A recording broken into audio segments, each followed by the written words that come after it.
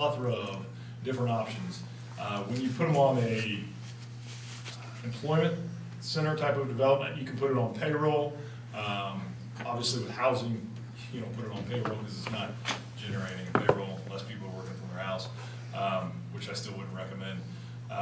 You can also put it on a millage type of a situation, where a millage is actually put on that particular area. Now that would be an increase to the property taxes, but then that monies would be specified for whatever that NCA board, and the board is comprised of some of the members of that area, some of the council members, or whoever the council designates as appointees to that board. And then that money goes to that board to kind of give direction as to where they want to see it. You can really get creative. It can go towards parks in other areas, or village buildings, or amphitheaters, or splash pads, or you can throw it in a number of other things. So the NCA is an additional tax on those particular residents. So we are gonna see that come down the line. I would prefer, and I don't know if this will happen on this one or not, I would prefer you have one NCA in place for the residential, because if you have different NCAs, you have to have different boards. And then it starts to get really complicated from a management perspective. New Albany has one NCA. Dublin, I think, has one NCA. Columbus has about 15. And then I think they finally got clued into, we need to have a blanket statement. So this is gonna be something that we're working on as a staff to get on board. I don't wanna rush the process because I wanna do it correctly. Anything over 10 mil, you have to go to the voters to approve. Now that's something that's gonna be a council conversation. They need to figure out the appetite that they have to go to the voters, timeframes, things of that nature. You can set them up to where they're 10-year, 30-year. You can also set them up to where they're in perpetuity, where they're linked to that property forever. So that's the Reader's Digest version of it. If you want to have an offline conversation, I can give you more information, but that will be a discussion point for every development that's going to be coming down the pipeline, whether it be commercial, residential. That is something that this village has not utilized, and they are going to take full advantage, just like every other municipality in the Central Ohio area is.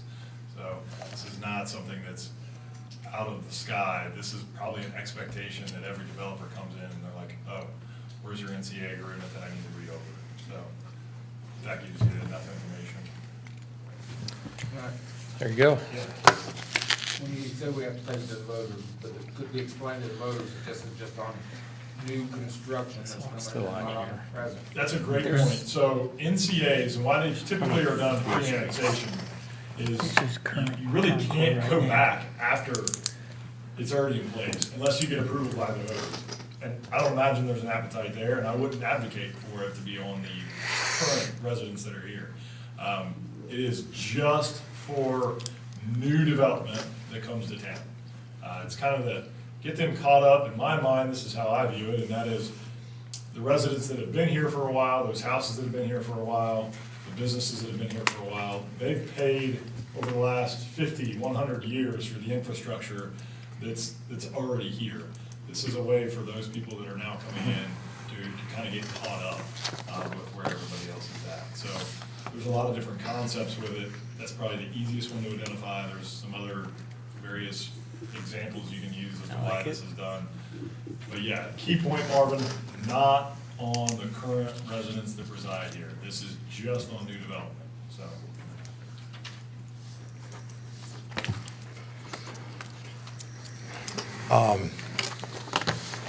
All right, guys, so does anybody have any other questions on the conditions? So we have the open spaces on there.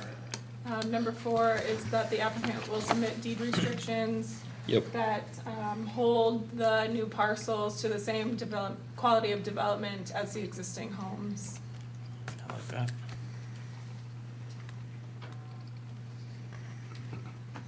Yep. All right, before we open this to public comment. You guys have anything? What does CCE mean? So, Concord Crossing East, sorry. Oh, so 1105 says that the preliminary plat shall be approved if they meet the qualifications, section 1105-2 through 1105-4. 1105-2's copies are submitted. I think we got our copies in advance this time. Fees are paid, I assume fees are paid. Yes. And it runs down through a list in 1104A. The preliminary plat is to scale, name subdivisions, key map, addresses, North Point, boundary lines, locations, existing sewers, boundary lines of adjacent tracks, existing zoning restrictions, contours, drainage, layouts of streets, easements, a whole list of things. Everybody run through those lists. To me, and I have been through the list, and I don't find anything lacking with this plan, so if any, We get our sidewalks in there. Yes. You got that changed? All right. Street name. the one. All right, and the street name, that's in there. So I did have a question, if we could do a tennis court instead of 2 pickleball courts, maybe a tennis court and a pickleball court. Would you be open to that suggestion? I'm open to any suggestion, but in dealing with council and with staff, we are going to work with them for a plan to develop that part, Okay. that 6 acres, and what improvements would be there. So there'll be a final, So there'll we'll, be a final rendering at the final phase of this. correct, Yeah, and a plan to scale yep. what's going to be built. Who will be responsible for that 6 acres? That hasn't been decided yet. Depends on the HOA. We don't So it know. says to be provided to the city. So If the city should desire. that's a conversation that we need to have. Money. Yeah, Are you talking about the 6 acres on the triangle right before it gets to J. Evans? Yep. yeah. Yes, right From a here. village standpoint, City. city standpoint, I'm a big proponent of shove it to the HOA, and I know Donnie's on the HOA, but we try to mitigate as much maintenance as HOA. possible. Now, I get the fact that it's in close proximity to our city park, so that changes the dynamics of it a little bit. If you told me to decide tonight where the responsibility of the maintenance and grass cutting and everything else of that particular 6 acres should fall, my recommendation would be to the HOA.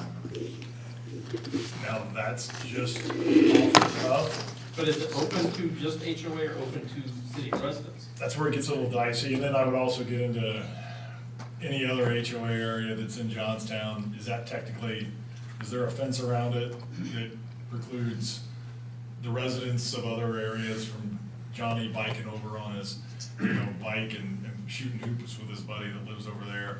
It gets into a little bit of a complicated situation where if you try to identify a specific area in a subdivision just for that community, the pool's a little bit different. There is a lock and key on that. Yeah. When it's kind of a passive area that's just utilized for recreation and things, it's hard. This is another one where let me chew on it a little bit. I think really for me, the defining point will be how much infrastructure is put in there. If it's a lot, then I think maybe that's a conversation where the village starts to take control of that particular piece of land. If it's open green space, I would prefer the lawn mowing and all that to kind of be done by. Yeah, that's understandable, that's fine, but, I think- About all these other recreational facilities that we'd have to maintain. Yeah, and I have not seen the concept plan for that 6 acres. I've seen the concept plan for the Yeah, 4 pay acres. taxes. which is Well, good. so the condition is that he would bring a concept plan to Okay. the final plat. We would But so work, we need to have that discussion while Right. we're talking about the concept plan. If, as a city, we're gonna require him to put in stuff, Yeah, yeah, so we need to have that conversation. But And I that's think- what, That'll be a council I discussion. think you can do what sustainable the condition plantings in there is. that don't have to be mowed every, I think so. once or twice a year. I know Jack's immediately gonna I think you could do come that. into the office of Bailey and I and say, what do you mean you just signed up the village to he might not, maintain actually. pickleball, what's that? He might not. The city. Why not? Coming in and now he's gotta maintain Might wanna live there. pickleball courts. and We don't have a park and rec Go ahead. department. I'm gonna open I it up to think- public comments, Yeah, so you don't any want that to questions be you a guys deal have. breaker. One Go thing. ahead. Wait, I could just say one thing to that point. I see three issues that would coalesce on that together. Because I have to negotiate with the HOA, and if they say, hey, we're maintaining all these courts, you're That's not gonna in. make your position harder, If right? we want nice improvements, and that wants to be part of the city park, but the city doesn't want it. But I'm on the board of two NCAs. We formed two of them, one at the Tanger Outlet and one at Pinnacle. And this is exactly the type, that third part of the discussions from now to when we bring in a final plat and final engineering is what is the NCA? You know, and what does the funds from this neighborhood specifically or broadly go for? And we talk about, and that might be extra money to maintain that park. But there's What's that? 3 or 4 conversations, plans, everything we have to have, and start working on our final engineering and our final plat. But we're suggested all these conditions except the bonds, which we're amenable to as well. And as Forrest Gump says, that's all I have to say. All right, thank you. We have a couple questions here before I open the public comment. Didn't we discuss that, call it retention pond or anything in that upper right-hand corner? There was something about that pond that they had to resolve on that issue. So- I forget what it was, Joe, but I know there was something We, about that. we did discuss that, so Yeah, we did discuss that, and we did say that they had to determine right, complete ownership of that and who was going to maintain that. yeah. We did discuss that. We discussed a lot of things, and staff discussed it all, okay. Now, rest assured that that pond is not a detention pond. That's fine, okay, So but, we are building detention ponds to, I know, but the answer to the question is, that runs who's off, responsible for it it? runs off into that, Yeah, but that's where the runoff goes today. And we will approach the property owners with the final plans that's the and answer. have them acknowledge what we're doing, but the runoff that's going into that pond today will be the same runoff and drainage that will go there. It'll just be detained, so it goes at the same rate that I it's going understand, today. yeah, but so you have not developed that, or you have not found out who actually owns and maintains it, correct? I think, no, I have not. You have not, okay, so you will get that. We maintain on ours, Yeah. we have access on our property. I think our argument was you have to determine, Well, right, because what I don't want Right. is that'll go to the HOA. yeah, And then the HOA says no, and then the property owner says no, and then we got a messed up mosquito haven over there Yeah. that the city has to take over because Right. nobody else takes it over, or we just let it sit there and fester for years and nobody wants any of that. So I would definitely like to see who owns what and at least have some sort of agreement on the books of who's gonna maintain it. You can see the parcel line. So this is the part we own. Ryan, David Hurst owns part of it, and the Russian gentleman that lives in the house there, he owns, you can see the line through there. And the rest of it is basically falls back on Joe's property. Right. You have four properties involved in that. And I think two of those parcels are probably owned by the same guy, maybe it looks like, but. Yeah, that's what I don't want. I don't want an argument that leaves people with a mosquito nest over there. That's what I don't want. Or the pond fills in, just becomes a swamp, something nasty, it smells all the time. We don't want that. And we definitely don't want the city to have to come in and take over that later. Okay, any other questions? Well, I just had a thought about this 6 acres over here by the bike trail. I think it'd be good if the city did maintain it because it is connected to the city property. And I want it to look good. The HOA could decide, like, we don't have the funds for it, we're just gonna let it go, or is there any rules in place to prevent them from just letting it Well, they still have to meet our zoning requirements, which has a grass, usable? a maximum length for grass, everything. What if the HOA ever went defunct? Yeah, somebody would have to cut it. I just think it'd be good if, it's right, I'm just throwing that out there, it's right next to this the city's property. It's right next to the park, people are gonna assume, so. Technically, you get the business park and the Evans Foundation that own right up next to it. I mean, a couple little slivers there are city property, but it's gonna assume it's- yeah. I think we can hash that out in the final, once we see what the rendering is gonna look like. I think that there can be sustainable plannings done in there. You know, we can design that in a way that's not gonna be too cumbersome on the city's pocketbook. I believe it's a wetland, right, Joe? Part of it, just part of it. I think the majority of it though is out of that wetland, isn't it? I think it's all wetlands. No, it's not all wetland. So I believe the wetlands are shown. Oh, any of these.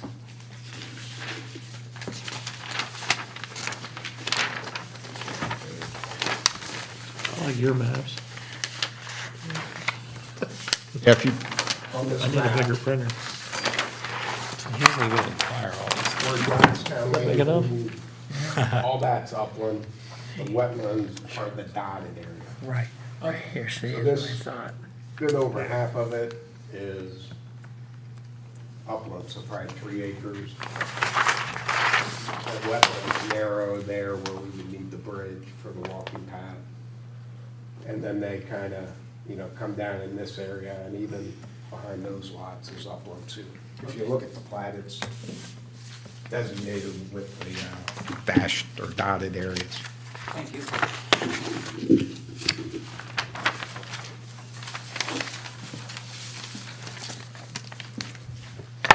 All right, any other questions? Do you have any? We'll go ahead and open up to public comment. All right, we'll go ahead and open up to public comment. Is there any? Concord Crossing.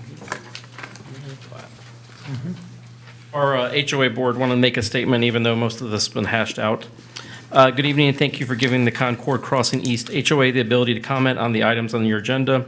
We have been dealing with this future development now for almost 2 years. We have been in front of this committee several times, along with City Council, to voice our concerns and desires. We are grateful to Joe for working with the Concord Crossing East HOA and listening to our concerns on this new development, making the lots larger so that they fit in better with the rest of our development, along with the other adjustments that we requested. We truly believe the changes we requested that he implemented will make Concord Crossing East better and a very desirable location for people to live today and in the future. We also realize that we represent an entire neighborhood of people and not just ourselves. In a survey conducted late last year, our residents voted no to combine the two HOAs. While this survey was completed without all the information necessary to make the decision, we must honor the request of our residents. We do believe that once more information becomes available, that some may change their mind. We also realize that our HOA does not have the final say if these two developments combine or if this development is approved. Our board and the majority of our residents are appreciative of Joe in pushing for a second ingress and egress for fire safety and practical use of the development. We're hoping that the passing of Ordinance 10-2022, an ordinance amending Chapter 1151 of the City of Johnstown's codified ordinances and declaring an emergency, will help get the second ingress and egress sooner than later. While we realize that this ordinance is designed for an AR1 district, we are hoping that it will also be applied to a PUD in the future. We are also asking for a construction entrance. As a member of the Concord Crossing East Board, we pledge to keep our residents informed as additional information becomes available. Thank you to Joe, the Johnstown Planning Commission, the Johnstown City Council, and the City of Johnstown for giving us the time and ability to work with all sides and making our development work not only for our future residents, but the residents who have made it home for years. Thank you. Any questions for Donnie? Okay. All right, further public Well, comment. I'll Oh, ask go ahead. one. So what's your personal opinion on whether you think that the deal will be worked out or not? Do you have a gauge on the direction? Sean has spoke to both property owners that are, the two owners that own the Neo lots. I believe something will be worked out. My fear as a resident, not as the board, but I'm not speaking as for the board. My fear as a resident that we'll end up like Leafydale with 2 or 3 HOAs. You know, because these lots, as you see, Some of them are backyards to houses that are already here, some of them are next door to people that are already there. And having 2 or 3 sets of rules, to me, kinds of has issues in the future. But there's pros and cons, and my goal is to have a presentation to our whole development, the pros and cons, to lay it out to everybody so they can see what are the good things for it, what are the bad things for it. So they're prepared when Bill Westbrook and Mike Savecki actually make the decision. And I want the residents to know that they don't have a decision in this. This was something that 84 Lumber, That's right, okay. So 84 they don't Lumber have- screwed us in this deal. They don't have the decision, that's, okay. I Right. forgot about that. Okay. So I do want to make our residents informed on what's going to, or how it's going to happen, the good things and the bad things. I don't want to sugarcoat it, but in my personal opinion, having one would alleviate problems in the future. It'll also cause some problems, but the big problems I think it would fix. Okay, thank you. If I may, before you close public comment, not for you. Okay. Councilman Bernard. The only other recommendations that I was gonna see on here or ask a question about was lot number 7. I don't know if you guys can look at that individually. Joe, if you can see that. Is there any way to? That's the best lot in there. I'm gonna buy that one. one. Just kidding, I won't be able to afford it. This is kind of hanging there. It utilizes green space that may be better facilitated if it was combined next to lot number 8, or at least combined to lot number 6. The guy that's mowing the grass is gonna be like, what the heck happened here? So I just don't know why that one's hanging There's a there. wetland on either side. These are both What's set that? on, There's that's a what the wetland colored on one. either side. Is Eight there on really? that one. There's Yeah. this Up there it's dotted 8, but here area it's is 7. wetland, Here it's 8. This dotted area is Mine wetland. says How 7. did yours end up like that? Eight's kind of Look at mine. One thing I'd like to say about what did Sean's yours end talking up like about that? is, This if is if you look at the It's the map, same one. lot 11 here is a What's current the date? resident of the Concord Crossing. His Mine's 11. backyard, or he has no November, back, yours February. legally, he has no backyard. His house is 5 feet from the line there. And Joe has offered to give 35 feet of easement. The problem with that, and I talked to Joe the other day, was possibly moving all these lots down a little bit, is there are, I believe, stuff that's underground that the city made him put in when they were developing this, because this was all wetland here. And there's just structures here that are gonna have to be worked on to allow it to work. So I suggested Joe to move all these lots just down a little bit more to alleviate that problem there, but So you're saying 7 can't be moved, Bailey? It can at least be combined or something, I don't know, it just looks weird to me. Yeah, if it could be combined with 8, that would be. Can you move it over to 8, or is that wetland? No, you're right. They're not. Part of it is. Yeah, there is, Yeah. there is a little bit of wetland in the back. In wetland. It gets mentioned there, this is some open space there, but there is a storm line here Okay, that that's why we do that, not have as part of the lot, which you could make part of the lot and make lot 7 larger. They would just have an easement. a storm easement, and there's a little bit, this is a wetland, and there's a little bit of it that comes in here, so connecting the back. Okay. No, that gives me the explanation that I wanted. I'm just like, why is this thing the way it is? So that would be, all right, so leave 7 the way it is, whoever gets that. It's an awesome lot. That's my favorite lot in the neighborhood. There, And we could make it bigger and include the storm easement, it's all underground, so they could mow more area. I'm indifferent. But more- I agree with you. It is just out there. It'd be nice. I mean, I don't know what you can do with it though, with that stuff around it. The other recommendation that I would have is, I would think, It looks you know, 30 years in the future, like Marvin, so that my grandkids don't have to deal with this issue, and that is, Ryan had put in the stub out for Sportsman's Club this way. If that never happens, and at some point Commerce Boulevard does have some viability, heaven only knows what's gonna happen for that particular area, but maybe at some development phase back in this area, there's the possibility for connectivity.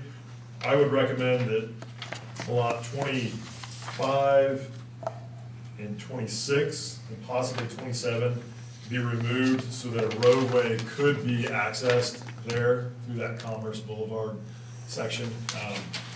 Just trying to think ahead. Obviously, once those houses are there, you will lose that possibility of connecting to commerce unless you want to take down houses, which I never advocate for. So if you could take down 2 of those lots, just for the possibility of getting that connectivity to commerce, that may be something in 20 years you wish you had, and now's the time to act. So, just something for you to look at.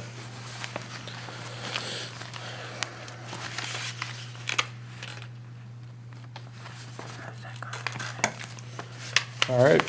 So further questions from the board? Anything? Before we go over the conditions here. All right, you guys, what do you think on the conditions? We know we talked about 2C there, the walking path and the EMS traffic. We definitely do not want that to become a road. It is gonna be a walking path. Now, I think probably legally, it has to be able to have some sort of ambulance or something go down it. The bridge obviously would.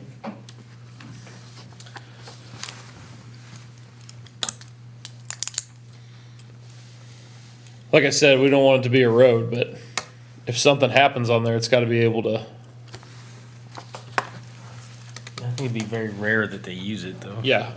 I don't want it to become the route for every EMS call in there either.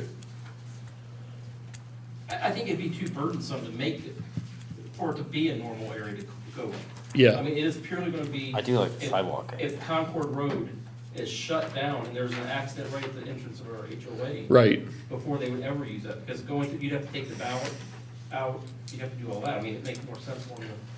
Like Jim said, that's what they did with the walking path originally, and then all of a sudden, somebody got crazy on the day they paved it and just paved right over it. I got rid of it all about it. Yeah, and that's what I, you I know, like the idea of doing the grass after the dog park up to the trail that nobody really knows is heavy enough for a fire truck other than the fire department. Yeah, I like Right. that idea, too. Because it's just gravel right now, I mean, it's an awful looking Well, area. that's what the nursing home did, and you can't see it. It's got a fire road behind it. It's just mowed grass, but there's a surface there, so you could do a 360-degree fire fighting around the building. What law was you referring to when you said it, I had to have that in there? I'm just saying, there's probably gotta be something in there. If you have a walking path, it probably, I mean, if you're driving over it every day, like my sidewalk in front of my house, I can drive my truck over it and it doesn't smash, I guess. So maybe there's not one, but I didn't know if there was one somewhere that said if you have a public walking path, it has to be able to accept an emergency vehicle. I don't know if that's true or I don't not. know if an emergency vehicle would fit down the TJ Evans path. Oh, yeah, it would. Would it? Yeah, They've They do taken already. Medical on it before. yeah. Okay. You'll hit a lot of trees along the way, Yeah, that's but what I was you're gonna hit a lot of small branches along the way, That's what I but was thinking. And a dump truck will go down, usually if a dump truck can. yeah. This vehicle can. What do they pave that with? A full-size one, or they have a special one for like, Oh, you mean when they run a paver on it? Yeah.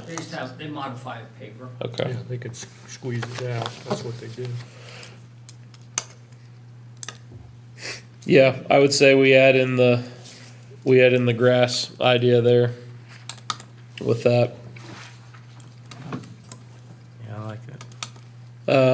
And the bridge, I would say has to be able to accept a EMS vehicle. Is that Cause all? that's what you'll have. You'll have them run down there one time in 10 years and the bridge collapses and some guy's hosed.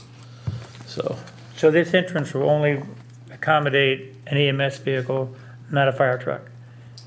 Okay, fire truck I would weighs recommend- probably 30,000 pounds, okay, let's get towards that. well, I know that, yeah. Okay, you A got, fire you got 1,000 gallons of water weighing 8.5 pounds, that's 8,000 right there, plus all the Right. equipment, so there's a big difference between an EMS vehicle and a fire truck. And especially if you bring a ladder down there, a ladder's a lot more. Well, it's, yeah, and having some sort of, you know, Yeah, I mean. nice looking bridge to becoming a full-on street. Right, I mean, that's what I'm just saying, if you're gonna do it, then you better make sure they understand that that bridge can only hold an EMS vehicle. It cannot hold a fire truck or a ladder truck. Yeah. I mean, if that's how you're gonna build it, or are you gonna build it to hold it? I mean, I'm just asking, I don't know, but I can tell you the difference. I think it's whatever this board decides, whether it wants. Right. to hold Does it have to be a EMS bridge, or can they it just wants to raise be it EMS. and not have it be wetlands? You can't remove the We, wetlands. we've asked that question a bunch, trying to get the wetlands out of there. And I'm sure Joe would love to have the wetlands out of there because he'd build more houses back there. It would have been a street. Yeah, exactly. No, we can't. You can't touch And it. that's when I thought you could pay a credit to the wetland bank and get rid of it or something. To answer your question, Charlie, I'm not sure that there's gonna be much difference between the specs for it to handle an EMS versus a fire truck. I'm sure it's gonna be a little bit beefier, but I don't know Better that it's be. gonna be that much different. Charlie could tell you the exact weight difference. It's a huge There's a huge difference. weight difference, but I'm just saying, you look at any road, Yeah. it's probably gonna be a 20% difference, and I'm speculating, so don't quote me on this. Maybe a 20 or 25% difference in cost to take it from one functionality to the next. Well, I'm not worried about that, I'm just worried when you're gonna build it to. That's all. Whatever you Yeah. decide to build it to, then that'll be what we'll build it to, but I just wanna make sure you know that if you build it to an EMS vehicle, then you expect the fire truck to go over it. It might make it one time or two, but it's not gonna make it Well, forever. And I'm sure there's requirements with that wetland on what kind of bridge you have to have because the water's got to get through there. Yeah. Is the whole point of it. It's just the elevation, yeah, we would have to. Yeah. do elevation. We had to build bridges on our golf course, and Yeah. we've taken dump trucks and Sure. dozers, and we can build them, and it's not that far a span. And I am gonna check our wetland permit. At one time, we did have that road running through and showed some lots over there. So if we are permitted to fill it, it might make it easier. But either way, large companies like York Bridge, they build them, wood bridges for highways, and Yeah. it won't be that expensive because the span isn't that big, but we'll stay above them. You can't replace wetlands. We would prefer something, with some architectural flair to it. Obviously, if it's a pedestrian park area, Sure. we want a nice looking bridge. We don't want it to look like 70 out there, There'll probably be no steel, probably no garbage. Yeah. It'll all be wood. Is an emergency exit typically required or requested in a development like this, in your experience? I'm just curious about the necessity of this thing. I mean, it does make I've- common sense to have it somewhere. We haven't exhausted, maybe trying to go to the north for emergency. Heck, they had a parking lot in back there, so they You didn't. do, pretty much everyone does have some sort of emergency exit. Yeah, and I think there's a lot of examples of exactly what Sean was talking about. It's called turf lock pavers. You put in actual pavers, they're octagon shaped. You set those down and you fill the middle of the hole with topsoil, and in a couple of years you cannot see it. Sure. There are gates instead of bollards. There's decorative knockdown bollards. And, if, I'm sure the city's coordinating with the fire department and the police, that is a true emergency access. And if they have to get out and unlock a gate with their Knox box key, just like if they had to get into a building, Ain't no big deal. they could do it, especially if that is the only way they could get in. They'll take that extra time. Charlie, Then I I think- have just something they can I run guess I'm over with coming the from truck. I'm Yeah, trying I've to only get seen a like couple of a those. counter And I argument can to whether guarantee we you even what'll need this happen. thing. But you're Won't be saying just we them, it'll probably be the should, city. as As soon as the according kids to find out you provincial can knock it development, over, like safety they knock 'em standards. over. Don's That's true, point, I would. you would hate to They bring their have Jeeps in. I was that guy. entrance of Concord Crossing and have an emergency there and have somebody in the back of the development have a heart attack Yeah. at the same time. That's the only time it should be used, but you should probably plan for that. Okay. So it's typical, but so you do see, most of the time, so I mean, I guess, in my mind, I get that that situation. We can't protect ourselves from every contingency in the city, so in my mind, I'm still not sold that we really need this thing as an emergency access, but, You don't. You just need a pedestrian area that can handle it for the one time a year or whatever that it happens. That's all we need. Yeah. So that's all I'm saying. It could be once every 5 years that you're gonna have that. Yeah. If many you, times is that entrance blocked? Yeah. if you Go ahead, connect, Marvin. 5 years. How old is Concord East? How long have you lived over there? See, 2010, it was actually built in 2008. 2008. Mm-hmm. How many accidents have you had over there and blocked the entrance since you lived there? None, Okay. I'll be honest with you. Right. Now, we've Yeah. had them on Concord Road, but not blocking my entrance to where I live, because I live right there. Right. And Police we need a block quick, Concord clear Road, but policy. you can go around Katie's Barn and get back in the other way. You can't get Right. in another way. I'm just saying the weight limit for the one time it has to happen, the weight limit, we just want it to work out. if we wanted to alleviate That's the right, risks that exactly. Marvin was talking about, Quick you clear, know, yep. communities, future, asking for a road to be developed, and if that's, deemed in everyone's opinion to be a real risk, then you could theoretically connect to a different point on the bike path, so it didn't run contiguous with a street and and that would give you really the appearance of, you're still connecting to the bike path, which we all agree is a requirement, but it gives you, if you're not gonna use it as if you don't, not gonna use it as emergency exit, that would give you, would, in your mind, Marvin, would that, if you connected it to a different part of the bike point on the bike path and just had a walking path, then that would that substantially alleviate some of the risks you're talking about, or? You're gonna run into the same problem. My whole point is I've seen the history that's happened here, and you guys have not. No, I guess, yeah, no, I get that. Let me finish. Okay. I've seen the history, I've told you what I think, you do what you wanna do. I'm just one voice and one person, I've seen it happen before. I've seen that they dumped 5,800 dump truck loads of dirt over there. They caused Joe all kind of problems, there was a pile over there that was blocked, caused the wetlands. The developer before was supposed to do Concord Road, and they were supposed to do Douglas Street also, it was in the plan. It never got done, because that town didn't have any money. Then we went back and sued them over the pond over there that was put in wrong. It needed $50,000 worth of, repairs to it. The Johnstown done repairs, we got $5,000 from the developer. I'm just telling you what's happened to the taxpayers over a period of time. No, and I agree with it, and I think having a walking path, because if you have a real road, there has to be a base, there's weight limits, there's a big difference between a walking path that has a bridge that accepts a large vehicle and a full-on road. And You're just contradicting yourself there, Ryan. No, I'm saying if- You want a bridge over there that a fire truck can go over and come through there. I want one that an ambulance can go over, not a fire truck. So Marvin, That's what we said. I want an ambulance. So when I beat you in pickleball and you have a heart attack over it, I can get that ambulance in there. Let me just ask you this, what would you, in your mind, what would be, is there, You guys do what you think's best. well, based on your experience though, like, I told you my experience, Jesse. just no path there, is that what you, I to told you avoid? my experience. When you call it an emergency exit, it's gonna become an emergency exit. The people in there will start using it. And they'll run four-wheelers and everything else. So we talked about running a path out through there. And when they come back and start calling an emergency, making it wider and stuff like that. It's not me. I'm just telling you what I've seen in the past happen.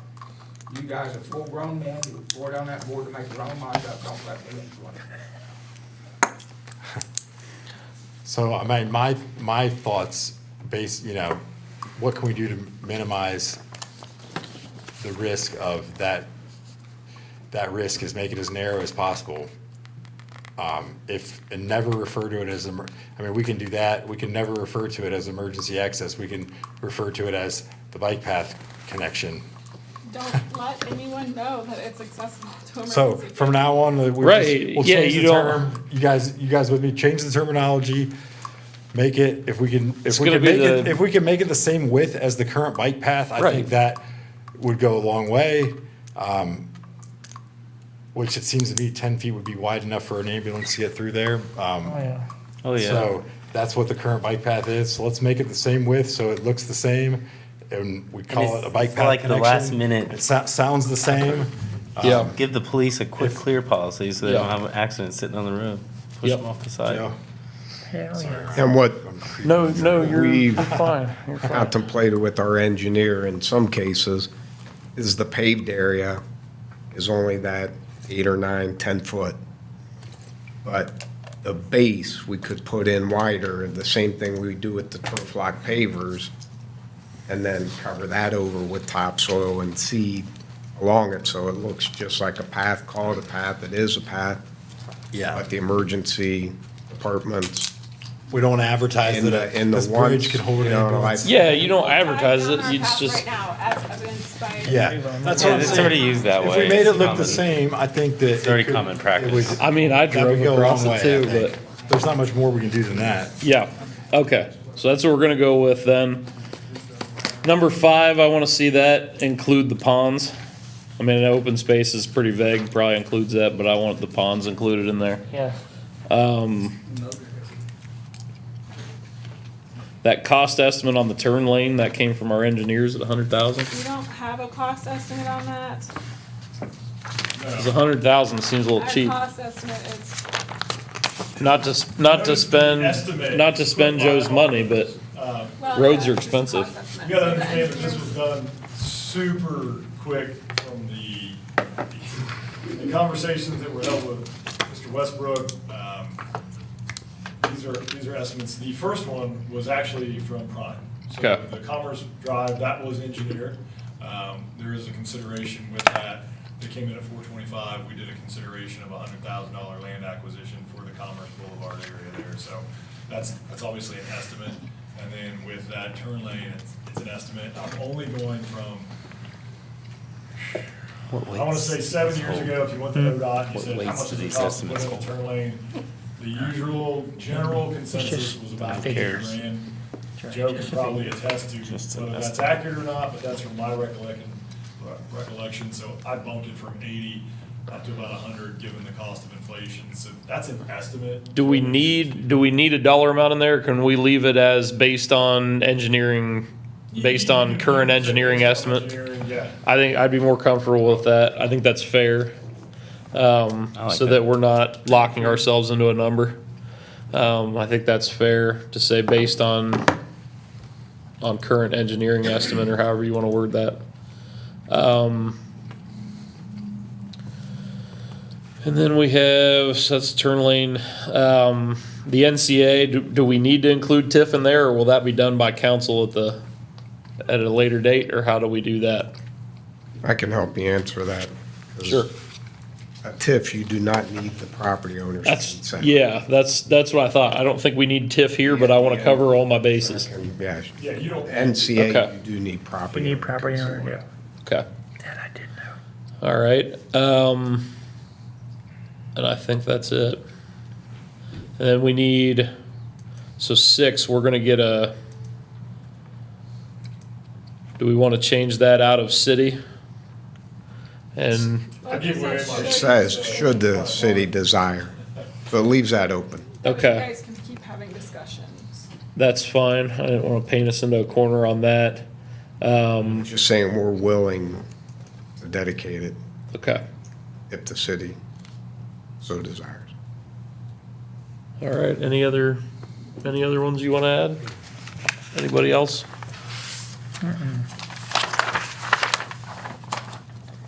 All right. I'll go ahead and HOA depends on the vote. we'll open for public comment one more time on the conditions. Hearing none, we'll go ahead and close public comment. I'll make a motion to approve with the conditions we listed. I will second it. All right. We get a roll call? Jesse Popple,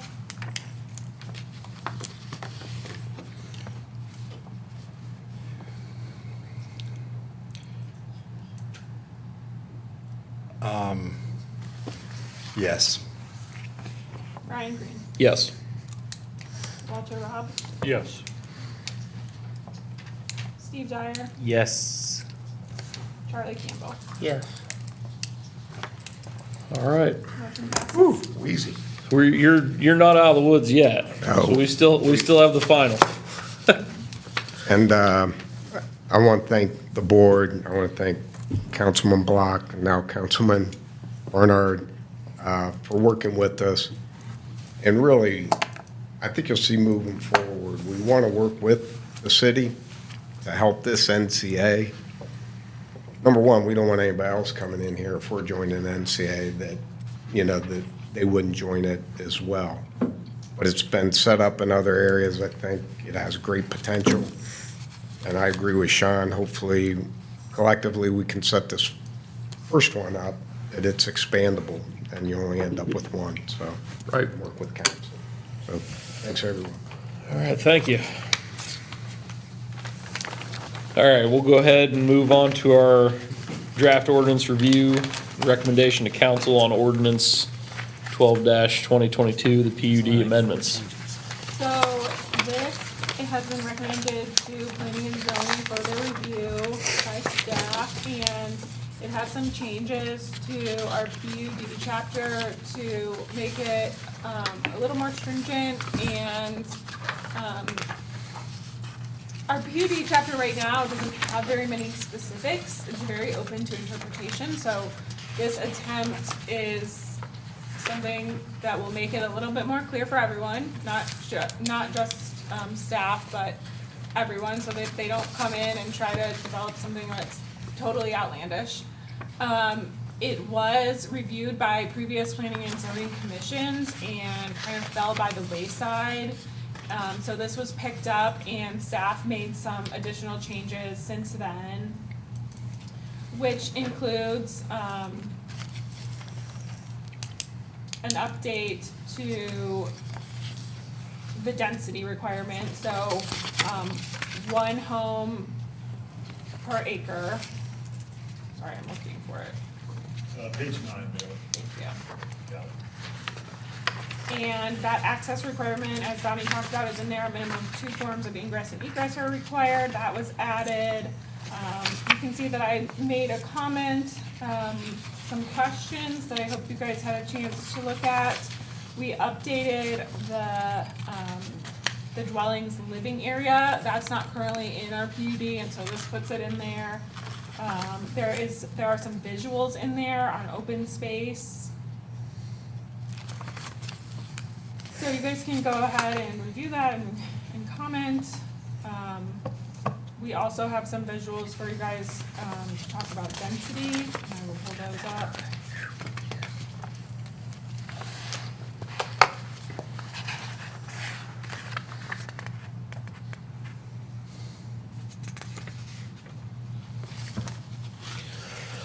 Biggest thing with us, of course, is density. So that's the most important thing to us. PUD just gives developers a chance to come in and not go with our stringent current zoning options. It gives them some leeway to be a little bit creative, but it also opens up a discussion where they're not gonna get everything they want, but gives us a chance to plan a little bit too. And Walter did make a comment that there wasn't anything in here about the expiration, so that has been added. The wording is the same as what is currently in our PUD. Yeah, we definitely need an expiration date. That can solve some future issues right out of the gate. Walter also had another one, and next thing, what was the other one, Bailey? HOA. Oh. There's no mention of an HOA in here.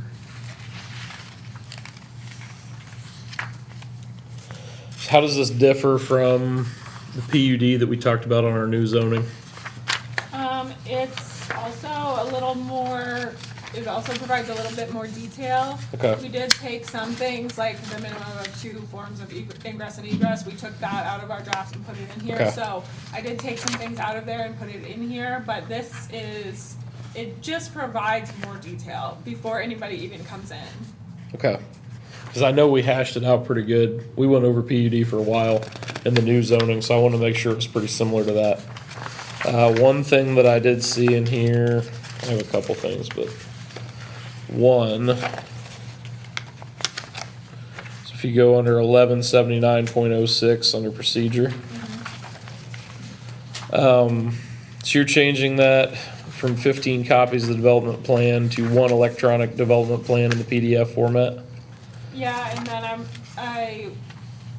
because that's how we take applications now, so. Okay.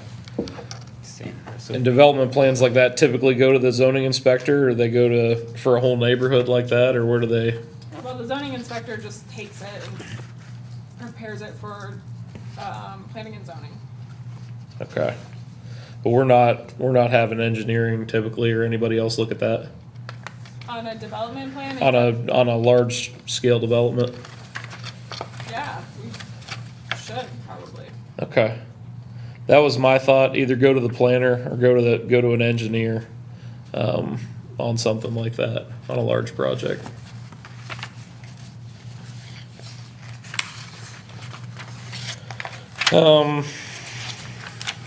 Do you guys have anything else on this?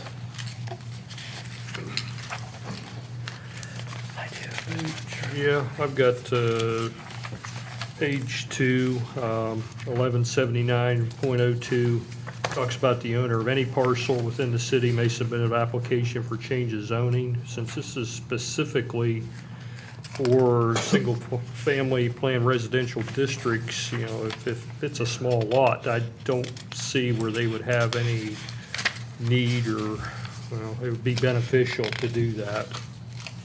So, I mean, yeah, anybody can, You can put a minimum in there, so Well, I like, think it is a minimum. not on this, on that page 2, on that 1179.02, it just says anybody yeah, it can, just says the owner of any. the owner of anybody, parcel. or any lot, I'm sorry, any parcel within the city We can can. make it a minimum 'Cause- of 10 acres, 20 acres. Yeah, I think there should be some minimum because that, you know, I don't know what that should be, but I think there should be, so there's some expectation that somebody's not gonna waste their time, our time and money. Absolutely. I remember reading through a draft and this was years ago, but I believe that some Do you have on on the this draft somewhere, this is a minimum. So Seems like that's most of not- our changes made it in there. There's a minor development. Mine's all about the multifamily, Minor's some of his 3, additions. and you can do PUD. I thought minor was 5. We just changed multifamily, didn't we? The owner of any Yeah, but this is we added to the section. Allow PUD for 5 or less. Maybe 10's too low. I would probably say really honestly with a PUD plan, I don't know. I've got two schools of thought. I like the idea of a PUD because it's more restricted than our current zoning code, which is gonna allow probably a better product. But then on the other point where Walter's going, you obviously don't wanna have everybody come at you with, you know, a 3-acre parcel that wants to do a PUD. So, I always like to use a visual example. This one may be something.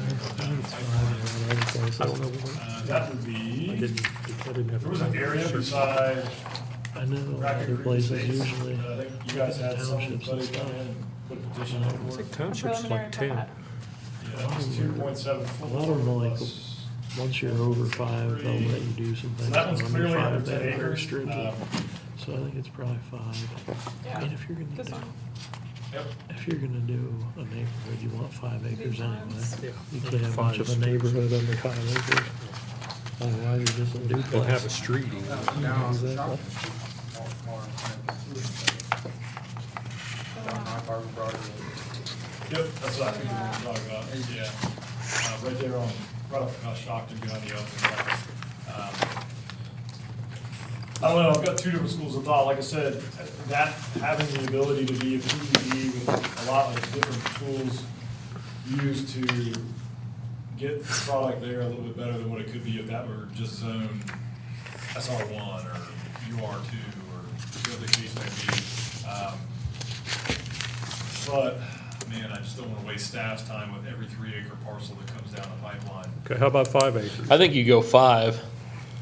I think in most places where they really start getting tough on neighborhood guidelines and stuff like that, it's 5 acres. Because under that, you can't do much with it anyway. You're like a duplex. Yep.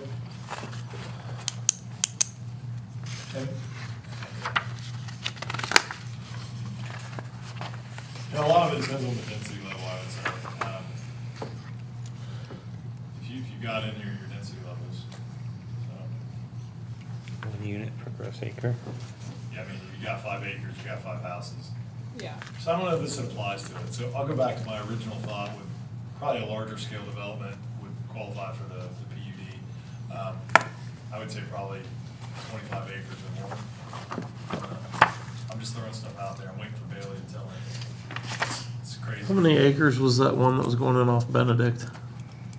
That's the one Sean was just looking at. Oh, that's the one he's talking I about? think it's around like 8, maybe. Yeah, it was 7.99. Oh, 7, So yeah. it was 8. Cause they had a reasonable amount of houses back there. Started with 13, by the time he did all the numbers, we were down to 3. So even if we said, you know, 10 acres, the density, maximum density is 1 unit per gross acre, so they'd only be allowed 10 houses. So that's where I would recommend this would probably fit within the current zoning code that exists in that area with these infill lots. It honestly makes maybe more sense that on the infill lots, they have a consistency with the surrounding area. When you get a newer area that's kind of newly annexed, I think that's the intent of the PUD. I would probably argue for larger lot sizes. When I'm reading this, we've changed from, it says in the definition for PUD under the old way, that it could be commercial, residential. And you're taking commercial completely out of it. That's what you've done. Because it says right here that PUD means an area where a variety of housing types and/or related commercial and industrial facilities are accommodated in a pre-planned environment under normally applied in the zoning code. All right, so you've completely taken commercial out of this. That's what you've done. Yeah. And I thought, If you want to add it in, that's fine. I'm not saying that it in, I'm just saying that at the last meeting that we had, now, maybe I'm twisted on this a little bit, but we were told that although we can change zoning, the people who are in the current zoning have the right not to have it changed. Is that correct? So our current zoning says you can be commercial, and now we're changing it, and if somebody wants to have commercial there, they still can. No, only people who are currently zoned PUD. Well, that's what I'm saying, we have We people that don't are have a currently zoned commercial, we don't PUD, have a commercial PUD. you know? We don't have have anything inside PUD. The people who are currently zoned PUD would be held under what is. We in have, yeah, we right do. now. We have residential PUD Yeah, down we got Concord. resi- But we So don't these have wouldn't be any- retroactive to a current PUD. These would be only applicable. We have two now. To new PUDs. only, this So would- yeah, Yeah, this would only be applicable, these changes would only be well, applicable. no, Concord Crossing is. Yeah, we're That was the PUD. first one. Yeah. We are, according to the map, we're PUD. These changes would only be applicable to new applicants. Okay, that clarifies a Because lot. we only have the 2. So old applicants would still follow under this, and they still could get commercial, commercial PUD. Well, If there was a commercial PUD. yeah, Well, but there isn't a residential PUD either. It Well- doesn't say that in here. It says, right here, it says under definitions, right here. What section would it PUD be? commission, go to 1121, actually, this is incorrect. It says .52, it's 53. But that doesn't make any difference. It's still defined in here as a commercial PUD. It says it right in here. So I don't see how we can say that it's not there. So it's, right now, let me see. Yeah, read it right here. all PUDs have Look to at be 53, approved. right there. There are no permitted or conditional uses in they all have to be approved. That I agree with. So, any property right now that is zoned PUD would be held under those standards. But this would be for any new property, any new project that wanted to develop under PUD would be held under these standards. I understand that. Okay. But if somebody in the, like if I live in Concord Crossing in my area that he's building right now, if he decided to make some PUD commercial in that area, he has the authority to do it because it's current. Only if you approve it. Huh? Only if. Well, he owns the property, I don't. And that's what I thought, my understanding was the person who owns the property has the right to say, yes, he wants to change it or not. You don't have the right to change it once it's been set. If it's We're not zoned that changing way. their If it's zoned that way, and it is If zoned it's that zoned way. that, but we don't have any that are zoned that way. Not There's- commercial. We're not changing. But there's not a distinction between. There's not a commercial distinction PUDs between commercial and Oh, residential. yeah. That's what I'm saying, you know, there's no distinction. It specifically says and/or, either one. That's. We can add it. And this would change that Uh, for new development going forward. Okay, so this is strictly for new people, not for old people. Correct. But my confusion is, That straight's gonna be good. the new We one, just changed AR1 same way. but my, Huh? con- Yeah. We just changed AR1 Right, same yeah, way. I know. Did it? but in the new one, it does allow for commercial uses, I think. Where? That's what I was trying Right, to, Bailey? Where? on page 79 of our packet, at the very top, the B or C edition. Wait, What I page? need you to, I thought they were, thought they were taking that out. Is that a deletion or an addition? Is Page, that an addition or a it's deletion? Looks like a 11, deletion to me. 117904. oh yeah, it says commercial uses in accordance with chapter Yeah. 1169. So it still would allow, It allows commercial, Whatever but it's 1169. under conditional use. So if you're on page 3, We do like our conditional uses. you got multifamily development in accordance with chapter 1151, and you got home occupation and commercial use in accordance with 1169. Yeah, the so answer, it is in 1169 there. is village commercial. So it does allow for commercial to be used, but it's under a conditional use. So you Yeah. would have to come back in Right, and 'cause present I was a looking at valid purpose. argument that would allow for that particular use. And that's up to the board to decide at that point.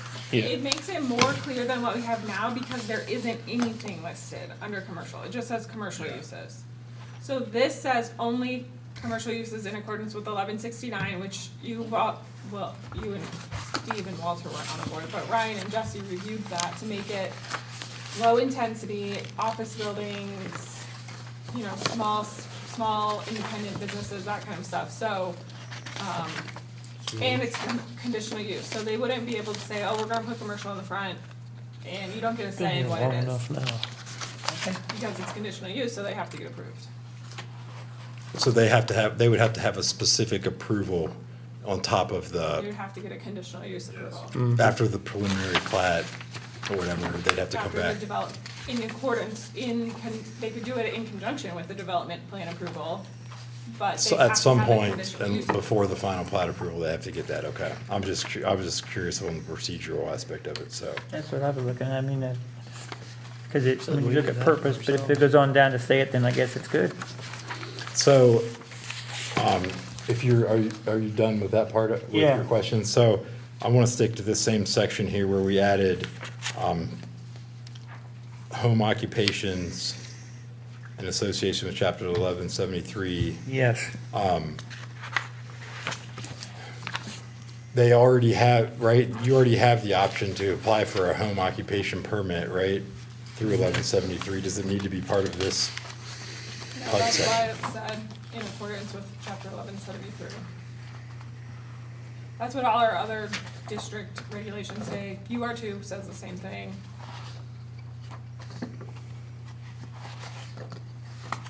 It's just a reference, Jesse, that basically is referring you to 1173.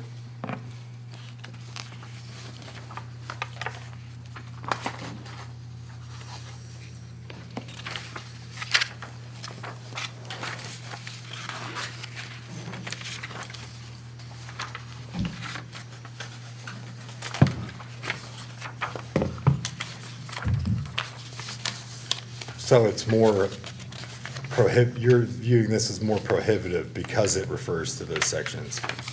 It's not more prohibitive, Or it's more or less, it's not more or less in your the mind? same. Okay.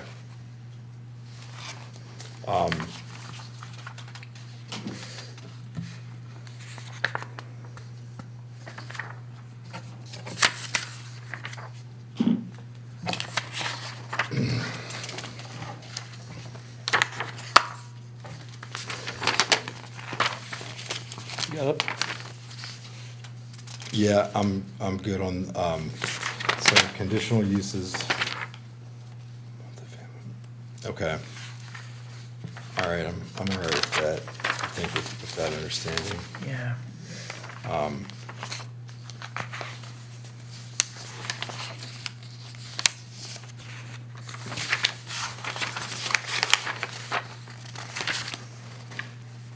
So it's,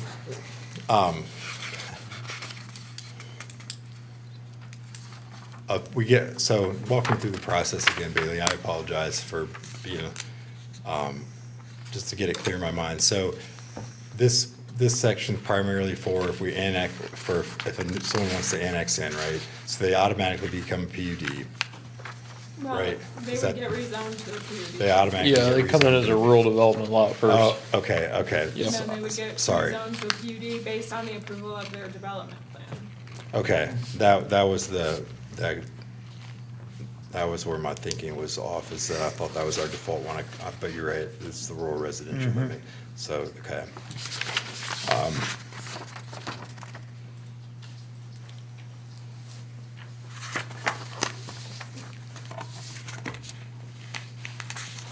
So let me just get some background on why we have all these differences for the golf course development.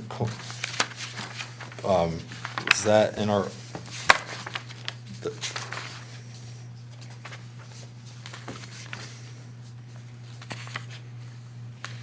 Was all that golf course language is in our old one too? No, I didn't think so. It's all new. To allow for the multi-use development around the golf course, which would be developed a little differently than conservation zoning, like if you were zoning for a part of the property to be a park, because the golf course would go through the property, whereas the park might be a different part.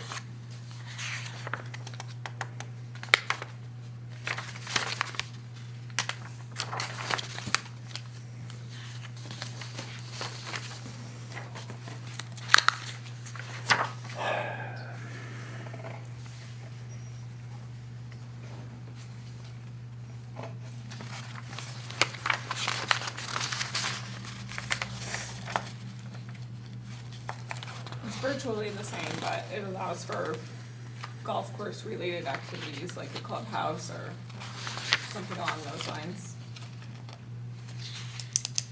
So, the multifamily section of the golf course, let me go there for a minute.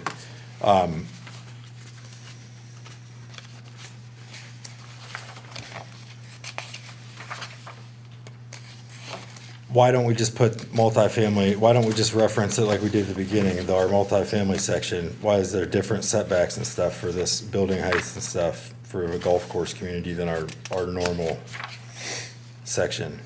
So that they can be developed around the golf course. So you might not necessarily want your setbacks to be,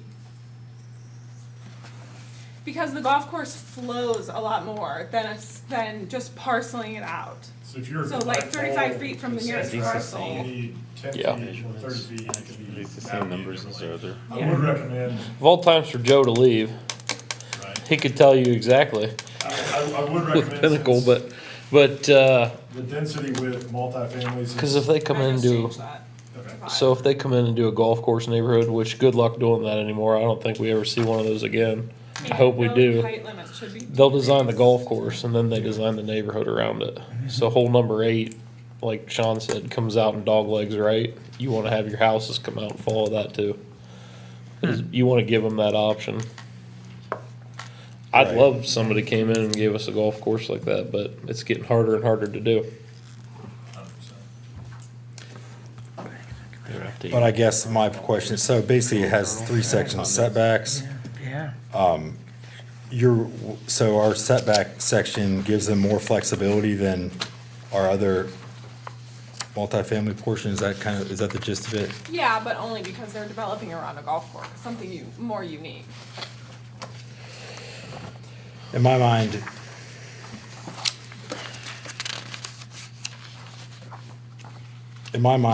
and maybe you guys disagree, but it would be better to follow the normal requirements and then just ask for a variance for the specific parcels, where the setbacks wouldn't meet our standards.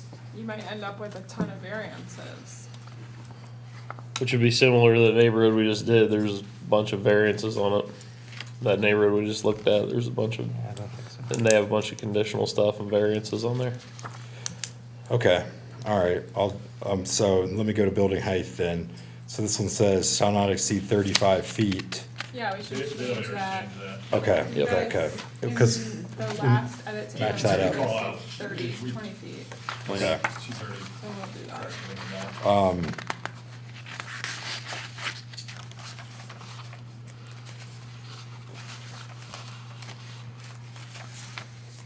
The building dimensions, each multifamily dwelling hereafter erected in this district shall contain the, okay. Maximum number of dwellings. All right, so we've got, those match our new ones. All right, so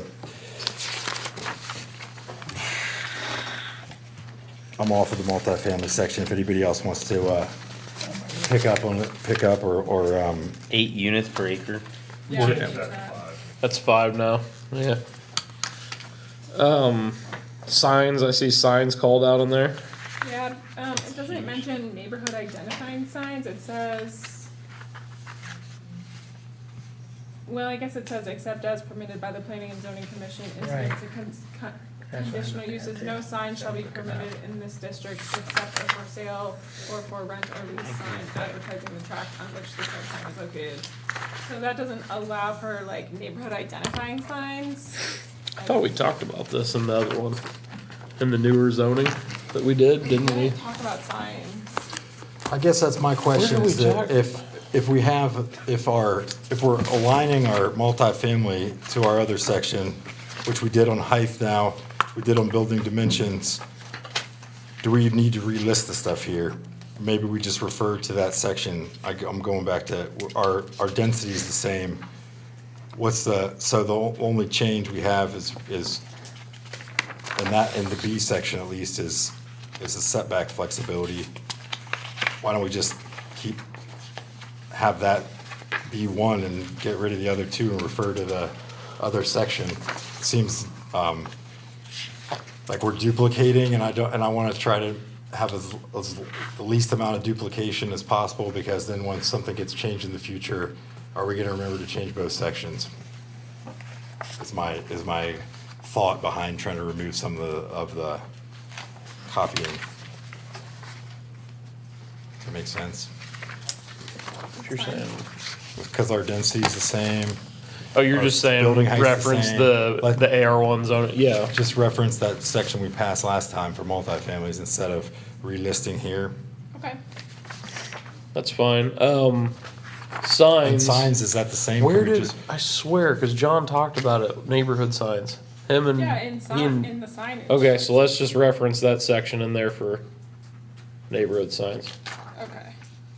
But I thought we talked about it specific, maybe it wasn't just in signs. We Well- talked about signs for like If we 2 did- weeks, if we- 3 weeks. We never passed that one, but when we do, I think you're right. Let's just let's not duplicate. Let's refer to the signs You won't section. be able to reference it, Bailey, because it's not technically Passed yet. passed yet. You can reference what's currently on the books, but that may not be what they want, so. Well, I is signs, is signs up next? What's currently allowed in residential districts? What signs are? Not many. No, it's just No, actually, a neighborhood sign. No, Sean, I think, That's what we're talking about, a neighborhood sign. How, That's you have the only neighborhood sign- signs in every I sign. just referenced residential sign code right now. for Yeah. sale. and even though it's not the one that we've Political signs, worked that's through, pretty much it's, it. No, I know, but will we're be- talking about like it the will be soon, neighborhood so we'll sign. just put the reference in now. There's and it gotta will be something in there. Talking about Um, that. Yeah. It will be what we want when we get there. This is the new, Yeah, that's the only change I would have proposed made to code allow for draft. neighborhood Yeah, but we're identifying burning that. signs. yeah, I know. I don't know why you still have it. Still a But good no, ref- you it's should a still, good you should reference. still have it, cause we're taking the most important parts out of that and putting them through is what we're doing. But, Yeah. yeah, It's there, but I don't know where it's at, the Yeah. existing code. alright, so we'll reference that. Anybody have anything else in here before I open it up to public comment? Yeah, I'm still hung up on the 1 unit per acre, page 9. So the maximum density shall be 1 unit per gross acre of area. So, because if you have 2 houses on an acre, then that maximum density would have to be 2 houses per acre. So, if you have that anywhere. So if you got anywhere within a development, if you got 2 houses on the same acre, then that would exceed the maximum density. No, it wouldn't. We're talking about the density of the entire project. It Yeah, says- so the green space It says and all. within the area to be developed. Okay. So basically, if you have 100-acre parcel that you want to develop into a PUD housing development, it's saying that you can only put 100 homes on the 100 acres.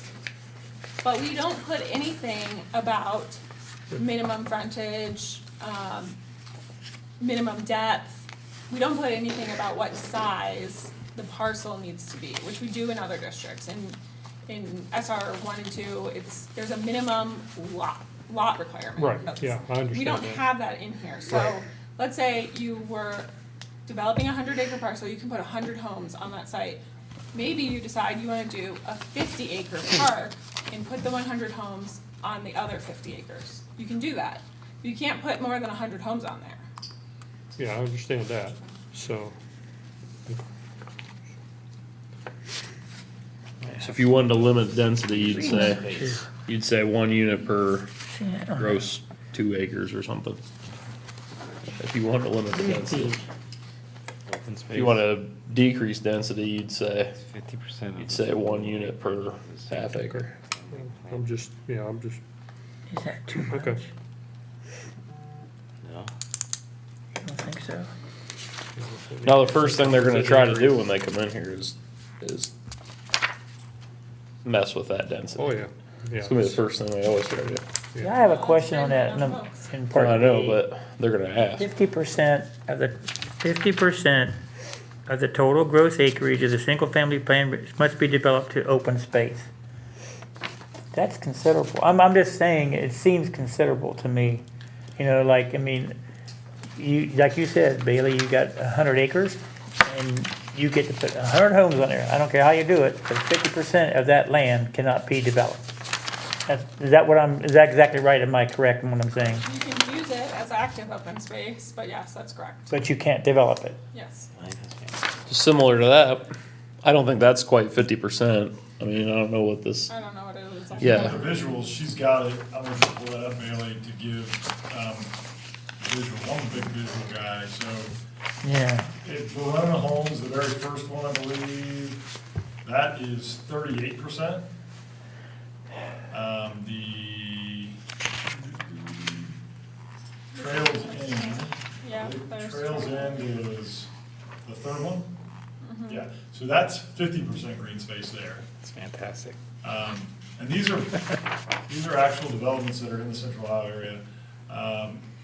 The last one, Dublin, Tartan Ridge, 40%. That's a little bit different. It's a nice neighborhood. Yeah.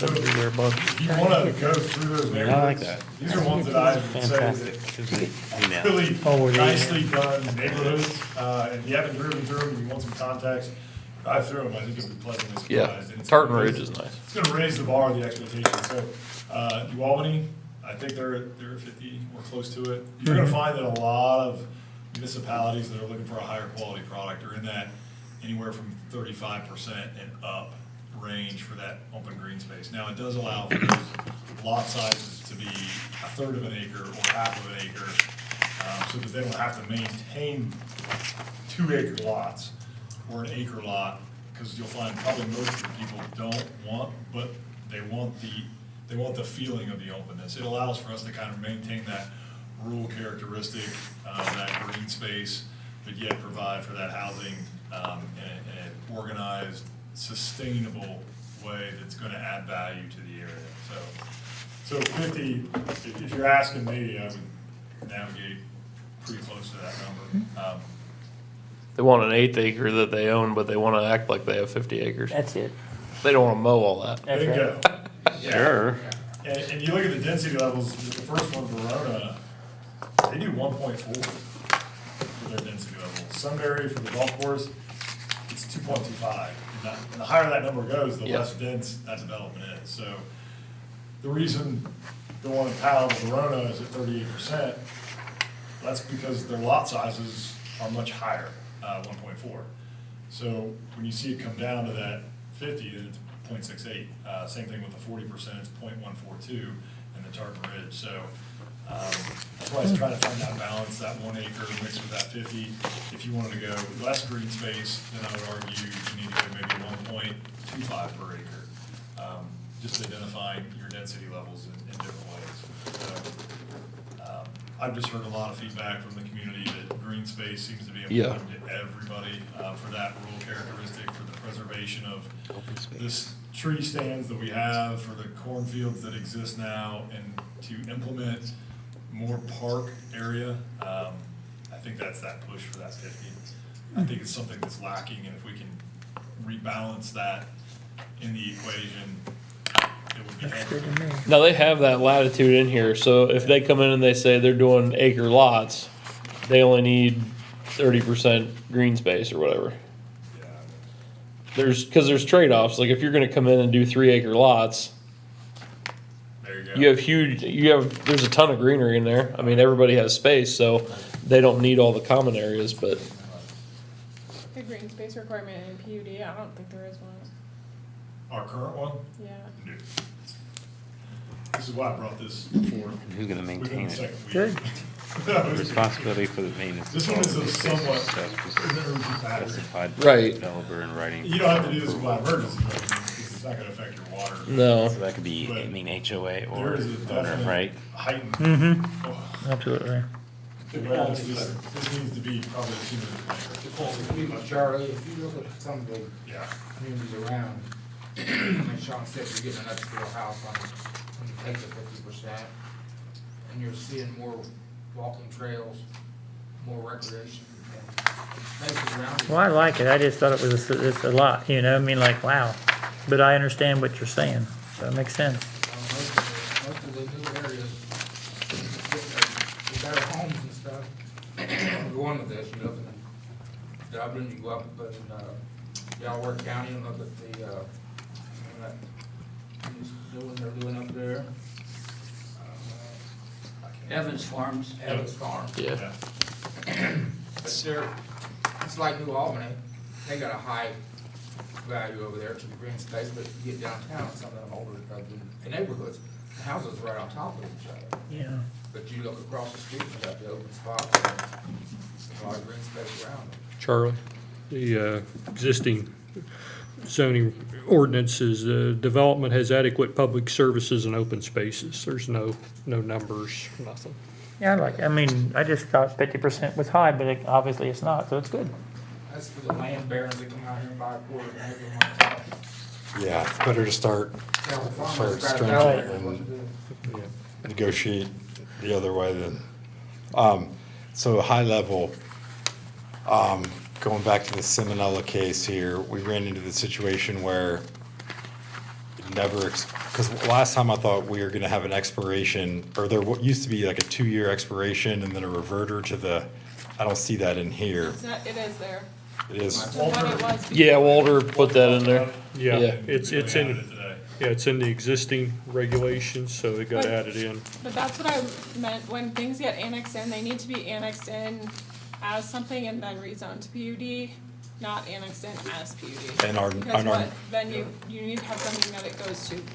which we do now is the rural residential, and that's part of this process, is part of the annexation process, right? Now, how do they do that though? Can they do that in the same meeting? They come in, we annex them as a Right, yeah. rural, Well, just. Rural do an development ordinance lot that and Very annexes good. them Rural as then comes to PUD. something, in, whatever it is, and then in that same agreement, the development Yeah. agreement, you work with them to do the. that's what I mean, you're gonna do it in the same meeting. Development. Yeah, Well, as Current an, annexation is it rural residential? yeah.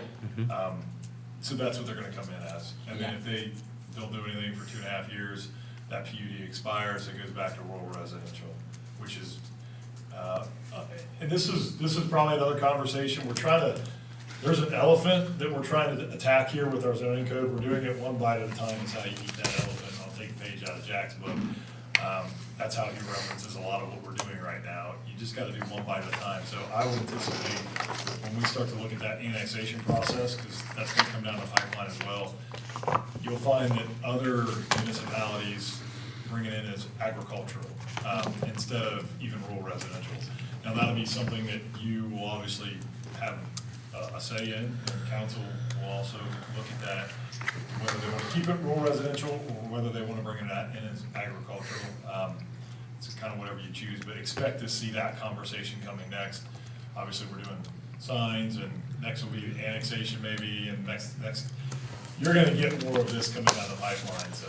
so annexation's not really on zoning, that's council's area, like, we don't have any annexation code. Well, council gets, We do. yeah, council gets to decide, is the one who gets to vote on annexation, yeah. So it would have to be a different procedural step then for them to apply to rezone, they'd have to, Well, if they wanted to do their development plan in concurrent, at the same time as their annexation, development plans have to go through planning and zoning first. So that would come to us, and then the whole annexation and plan would go to council for the, And maybe you recommend the development plan to council, and council decides they wanna vote no on Right, annexation, yeah. that's fine, they can do Right. that. we don't really make the decisions. We do. I'm just kidding. Okay. So So- for the PUD, so we just went through this. So this came in as a PUD, and they started developing. Halfway through, the economy tanked, and it got sold off in phases. So that was the question. PUD reverted. What's it revert to? We didn't have an idea because it You wasn't have- on there. It's you have to revert agriculture. The whole thing. We know, yeah, that's So the thing. those You had to houses that are reserve. there right now. Yeah. wouldn't- So that's what I'm saying. Do we put something in there? They shouldn't, we don't want them to rezone at the same time. Because that we approve it as a it's sold PUD. off, and then 20 years later they come back to do it, and we go, well, your PUD lapsed. It's gotta spend at least a day as RR, I right? would recommend to council, I don't know how this ever got done this way, this whole development over here. Bailey and I were just talking today about how if you want a case study for a whole college semester of what not to do for zoning, that right there could take up the whole semester. Like, everything that was done, like having 3 phases. Like, they should have just platted the whole Yes. thing instead of Yes. approving a partial plat. It's unbelievable that they would do half the plat in sections. It should have just been all done at once, which Well, would be. it actually was, the whole plot was Yeah, agreed to. it was. I've But- got a But copy. they of it. only recorded what they recorded. Yeah. That was the problem. They didn't record it because they didn't wanna pay property tax on individual lots, that's what Pulte homes out here. Right. That was platted and filed. Yep. All those years they paid on individual lots out there, the tax on it. Joe didn't want to pay the taxes on it, so he never filed it. I would recommend that council not approve any plan that came across without the whole plat being included in it. And that's a council decision. If you want to put that layer in here.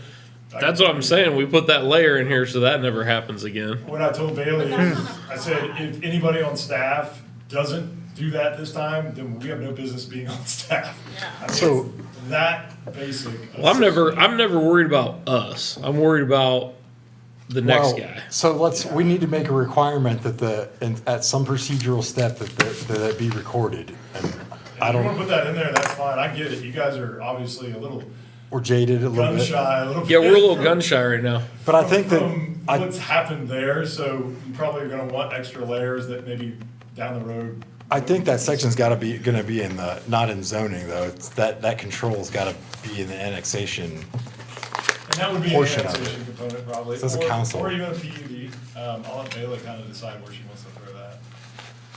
But I like if we can add a control that make it recorded, that would, I mean, I'm trying to avoid possible issues. So we're adding the exact same language that we had from before, that it expires after 2.5 years, right? Yeah, we Okay. could probably just add wording to the expiration clause. So we also had, About phasing or something. Yeah, let's do that. To the expiration clause, we're gonna, yeah. we also had an issue with, a legal issue, if I recall, about if notification should have been required or should have been given when the expiration occurred, as a legal mechanism to effectuate the reverter, right? We never get notification, they acted, I think, yeah, my interpretation of what Yaz was saying is that since we didn't notify him of the reverter, then the mechanism never legally became effective. So can we add a clause in there that we will notify them at the end of their 3 months before, 90 days prior to expiration? Do we Because we have? talked about that, and I asked Jim if he had a countdown clock on every permit. Yeah, I that's- guarantee he does not. That's one of the big things that I've always come back to Yeah. too, is like, how are we monitoring all these time sensitive? And I don't know if the new system allows us to have like a calendar of expiring, permits, but, it seems to me that there's a lack of control that we could possibly be implemented, but I think there should be based on our experience over here, this particular situation might require some sort of a in-term notification and control, time control. I think it's a good idea because it would stop you from having this problem in the future, but probably from a legal standpoint, your driver's license says it expires on a certain date. Now, they send you your I agree. mail-in, they send you your mail-in every year that you can Well, change when your we license argued that, every when we year, but- debated that these meetings, my whole point was we don't need to give notification. If it says it expires in the code, then it expires in the Yeah. code. If it doesn't require notification in the code, it doesn't require it. But there was, I think Yaz's opinion was a little bit different, and not to say that, I'm just bringing this up because that was my Yeah. recollection of our discussions. Now, whether we want to put a notification, staff notification as part of this process or not, I'm really, like you said, my opinion is it's not required, but I just wanted to bring that point up. What do you guys think? I don't want to require it, because look at how many permits. If you require it and you forget it, then you're cooked, your goose is cooked. Well, I think what, Okay, but part of they the, don't have it, that costs money. Just bold it out in their application. That's what I'm saying. But it might be Your worth to check driver's with Yaz on license- that Talk one. to a real estate attorney If you about mind, it. don't mind to see if what his recollection of a Probably. notification requirement was on that. If your driver's license expires, it's not the state's. That's what I mean, yeah. Update you Right. or tell you. It's said right there, it expires on this date. Now your license is suspended. Have a great day. Happy birthday. Pay for your, Everything was done. pay for your across the tag. river lawsuit.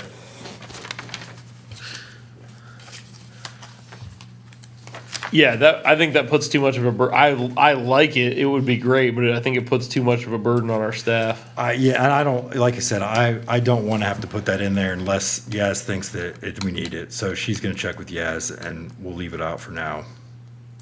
But can't you word it? It says, this application will expire on this particular date, and it's up to you to renew it. Right. Right, and I that's mean, how. That's what Marvin's saying, put it on We did the, have it worded Right. before. that's what but- Marvin's saying, the put it legal- on the application. Right. Here's the exactly. rule. And have them initial it. I mean, you can put an initial thing where they initial it, that means that Yeah. they've read it. They sign on their application. The legal interpretation was that there should have been a notification, and I disagreed with that legal opinion, I did but too. that was our city council's legal opinion at that point, and Bailey will check to see if my recollection on that's right. No, it's right, because that's what he said. We didn't notify We don't them. always have to agree with his Well, legal conclusions either, but we try to, you know. If it's on the application Yep, and they have go to ahead. initial it, then they have read it, We're at so the, they we're know. at the informal part of this meeting. The thing is, there was a lot of mistakes made on Concord Crossing. I corrected some of them when I done Leafy Dale, not all of them. But every time we have a project, guys, you're gonna have mistakes made. But now, when we done Concord Crossing, we didn't have a staff to work on that. And they would just, the thrill to get them to come in here and they don't know where and let the builder and developer do whatever they wanted to do. We got a staff to look after us now. Okay, We got a that's good. better informed zoning board. And Okay, it's that's good better and context, It's getting yeah. better, but I don't think we'll repeat the mistakes that we've done in Concord Crossing. And I don't even the think that'll happen. wording gets better every time. Like, Yeah. So it's, even though I kick on the staff and stuff, it's my own benefit, but things are getting a lot better than they used to be. I'm still gonna argue with him when I want to.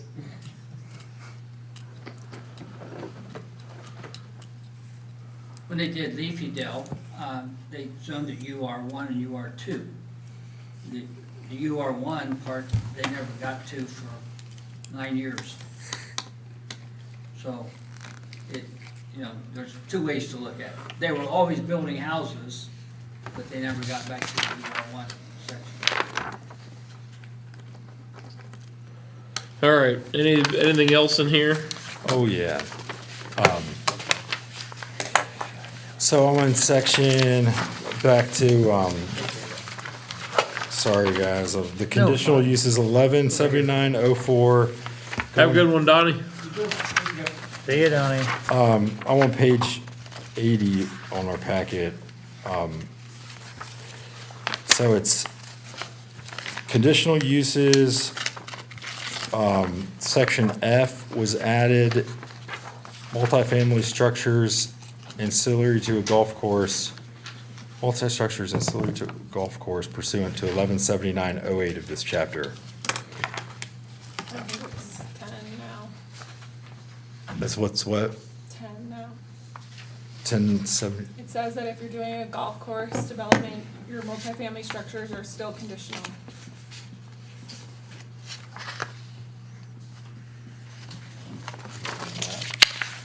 Said Haiti.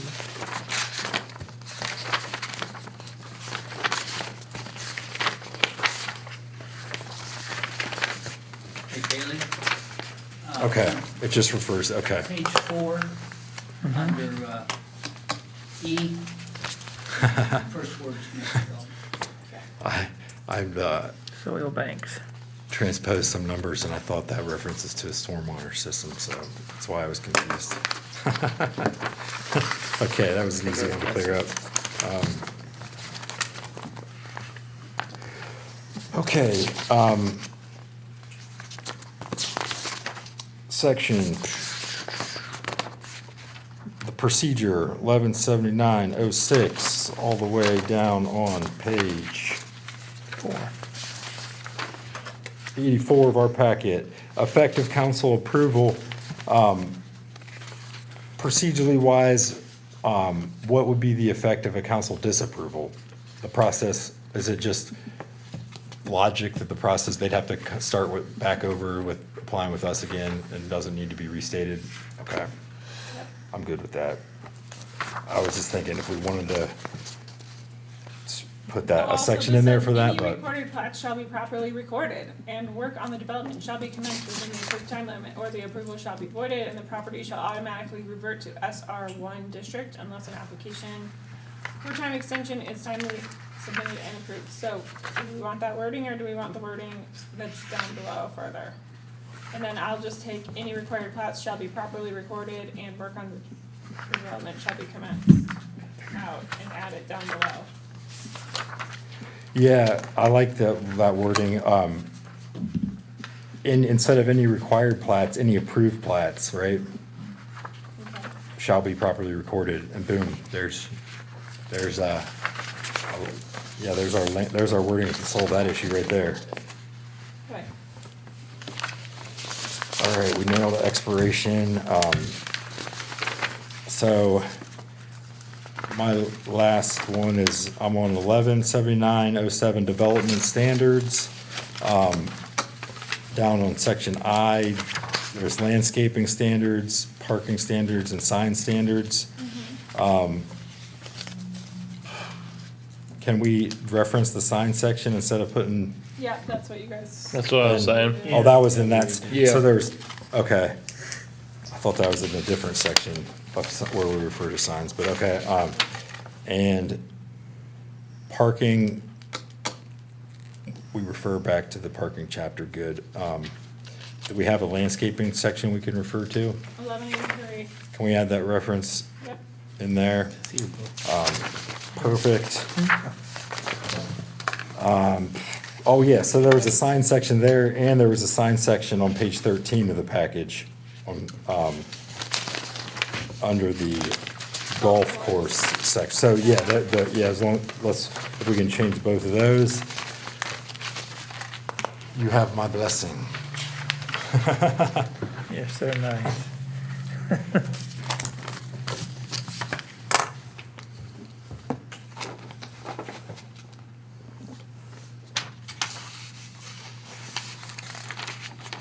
Or we could just take multifamily as a conditional use all the way out. Just throw that idea out there. It's up to you. Any takers?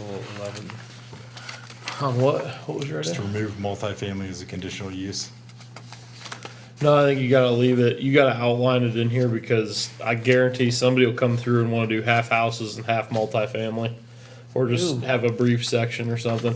They'll wanna do it. Yeah. They do that all the time. It also gives you the chance to develop a PUD that maybe has a condo or a townhome. I mean, is that something that you are adverse to? Yeah, I mean, people don't really hate It makes condos around here. multifamily conditional, which means that you Yeah. have, planning and zoning has to approve it. If we have, wait, say that again? It makes multifamily conditional, which Right. means they Yeah, have to yeah, approve yeah. it. But that gives Yeah. you, I mean, just taking it out altogether means, If you don't outline it, then if they ever try to do it, then you can't say, well, here's Or our, if you could add it to the no, prohibited that's use not section. necessarily well, true, you'd but just say like no or something like that. I'm but- saying, do it we gives even you a want, chance to do some, Yeah, maybe nice condos and townhomes if you wanted to. is that something that we envision for Johnstown, I guess, is my question. My vision is no, but You gotta have some kind of housing other than a house. I mean, it sounds not maybe as favorable as what some people want, but you still have people in town that live here and they can't upgrade to a house, but they can upgrade maybe to a condo, or they can upgrade a little bit. fair enough, we leave it in, we don't need to belabor the point, I just was throwing. We have a No, you're chance. fine. we No, have a you're, chance to I fix it. understand. See if we had any They are takers. I understand what you're saying. It's just, it's something, I could easily see somebody walk in with that, like down Concord, if that was like a 500-acre parcel that came into town or something, and they said, we want these condos, we want these houses, and then Right. we want these, we want these ranches over here, that gives them a chance to do that. We could always say no. We have the power to say Right. no, and that's all I want. I want the power to say no. And I think we have that, don't we? We have the, Yeah. we have the opportunity They to have say to no. come Yeah, in for we- a conditional They use have to permit, come in so and we can say no. And So we I can look at think the that's all you plan can and say ask. no.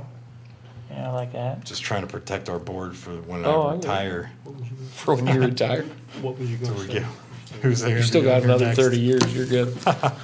All right. I'll be quiet. Oh, you did good Anything else anyone has? on this. Steve's thumbing through down there, you got anything? We'll open for public comment on this. Hearing none, we'll go ahead and close public comment. And we're at other business. So is there any other business, anything? Certainly new developments, I heard you mention something today about, something's happening on, Oh, just change the ownership of the building. okay. Are they doing some type of, We need to take improvement there? Are you done? Or add-on, or, It's just I don't have parcel. It's just hanging right now. We need to, I guess we need to vote on a recommendation to Look council. at Bailey, as soon as we're done, So look let at me Bailey, just take a bring look at back it. with the is everything. editation. Right. Let's do that. This is stuff we're all trying to That'll amend. give us more time to go through it too. I might as well wait, it's all gonna be new. I don't think we're in a hurry on I it. read it, and then I look at the new stuff. That's what I do. Yeah. I don't have this, but So you can see the changes. I just have. Do you guys, so I'll ask you guys on this, do you wanna vote that through to council as a recommendation, or do you wanna see it with the edits before you push it through? I want to see the added. Okay, I do, I mean. we will see it first with the edits and then we'll make a decision at the next meeting. So other business, do we have a Taco Bell yet? Is that happening? Let me just, Haven't called me in 2 weeks. Okay. and let me just say one thing, so as far as timeline goes, we don't have anything on the horizon that could be a PUD coming that we know of, or, get calls every day.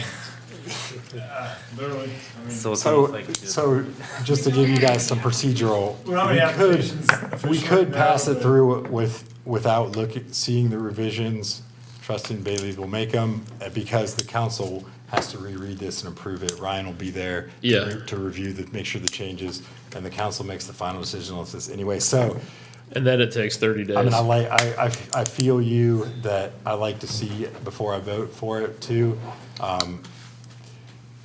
I don't, it's How about not this? it's not a If we huge pass it emergency here, through- but I think that, I don't know what. I think the odds of you getting a PUD application in the next, okay, let's see it then. I mean, if- But for conservation of time, my only concern is Bailey, I don't think there's any major things, and I think it was typing them as you guys were going at it. So I think the revisions are pretty well done. Nah, we wanna If you guys, Let's if you see 'em, guys let's are in see a 'em. hurry, we'll say this. We're not- So you're gonna see it on the council packet, and if you don't like it, you can Yeah. come into council and argue your point. I've done that before. I just don't wanna see you guys rehash this thing for another Yeah. hour, and once you've had time to really go through it again, which isn't bad, but I do believe there's an urgency to move on to the next task if you feel that this is pretty well squared away. You're still gonna get an opportunity to voice your concern to council. So you can make a motion to approve it with the edits that Bailey has down. And if you That's what we wanna did roll last through time. the edits real quick, we can do that. I'm afraid that if we get this into another conversation, we're gonna have another, half an hour dedicated to getting in the weeds. All right, since this is my idea, since we're just starting a new process of reviewing and improving code, I think that it would be a good idea to see the edits, and we make a commitment between ourselves that we're just, when we see the next meeting, we're not gonna pick it apart, we'll just review it before the meeting in the email, and Well, if she'll the changes email are, it if to the us. We changes should are be made, prepared to go if the at it. changes are made, we can go ahead and approve it pretty quick next meeting without too much discussion. If we all commit to that, I think we can move on and stay. When's stay our, on when's our schedule. next meeting? June 14th. June 14th. I don't know, So, that's my opinion. if you approve it on June 14th, it goes to council a week after that. June 21st. Yeah, June 21st. If they vote it to pass it through, may or may not, it passes that night, let's say, 30 days from there. So, No, that's gonna be the first times of reading, then it's. well, first times a reading. We could push So, this one yeah. through and. So it'll be July. So you'll be into August before it goes into. You'll be into August before it goes into effect. So maybe this time we push it through, push it up to council, and then as for other sections where we're not under any, it's not as time urgent, we can We'll have to vote on it. have a process of reviewing the edits before we approve. How about that, guy? I don't know. And What's the your- other, what's your the other thoughts, reason I'm Steve? pushing it is you're gonna give a better directive from all these developers that are out there right now that are calling in or looking at they might not be calling in, but they're looking at our code. And they have a false sense of hope whenever it comes to what the expectation is. We had a developer meet with multifamily and they were way out of the scope of what we were looking at.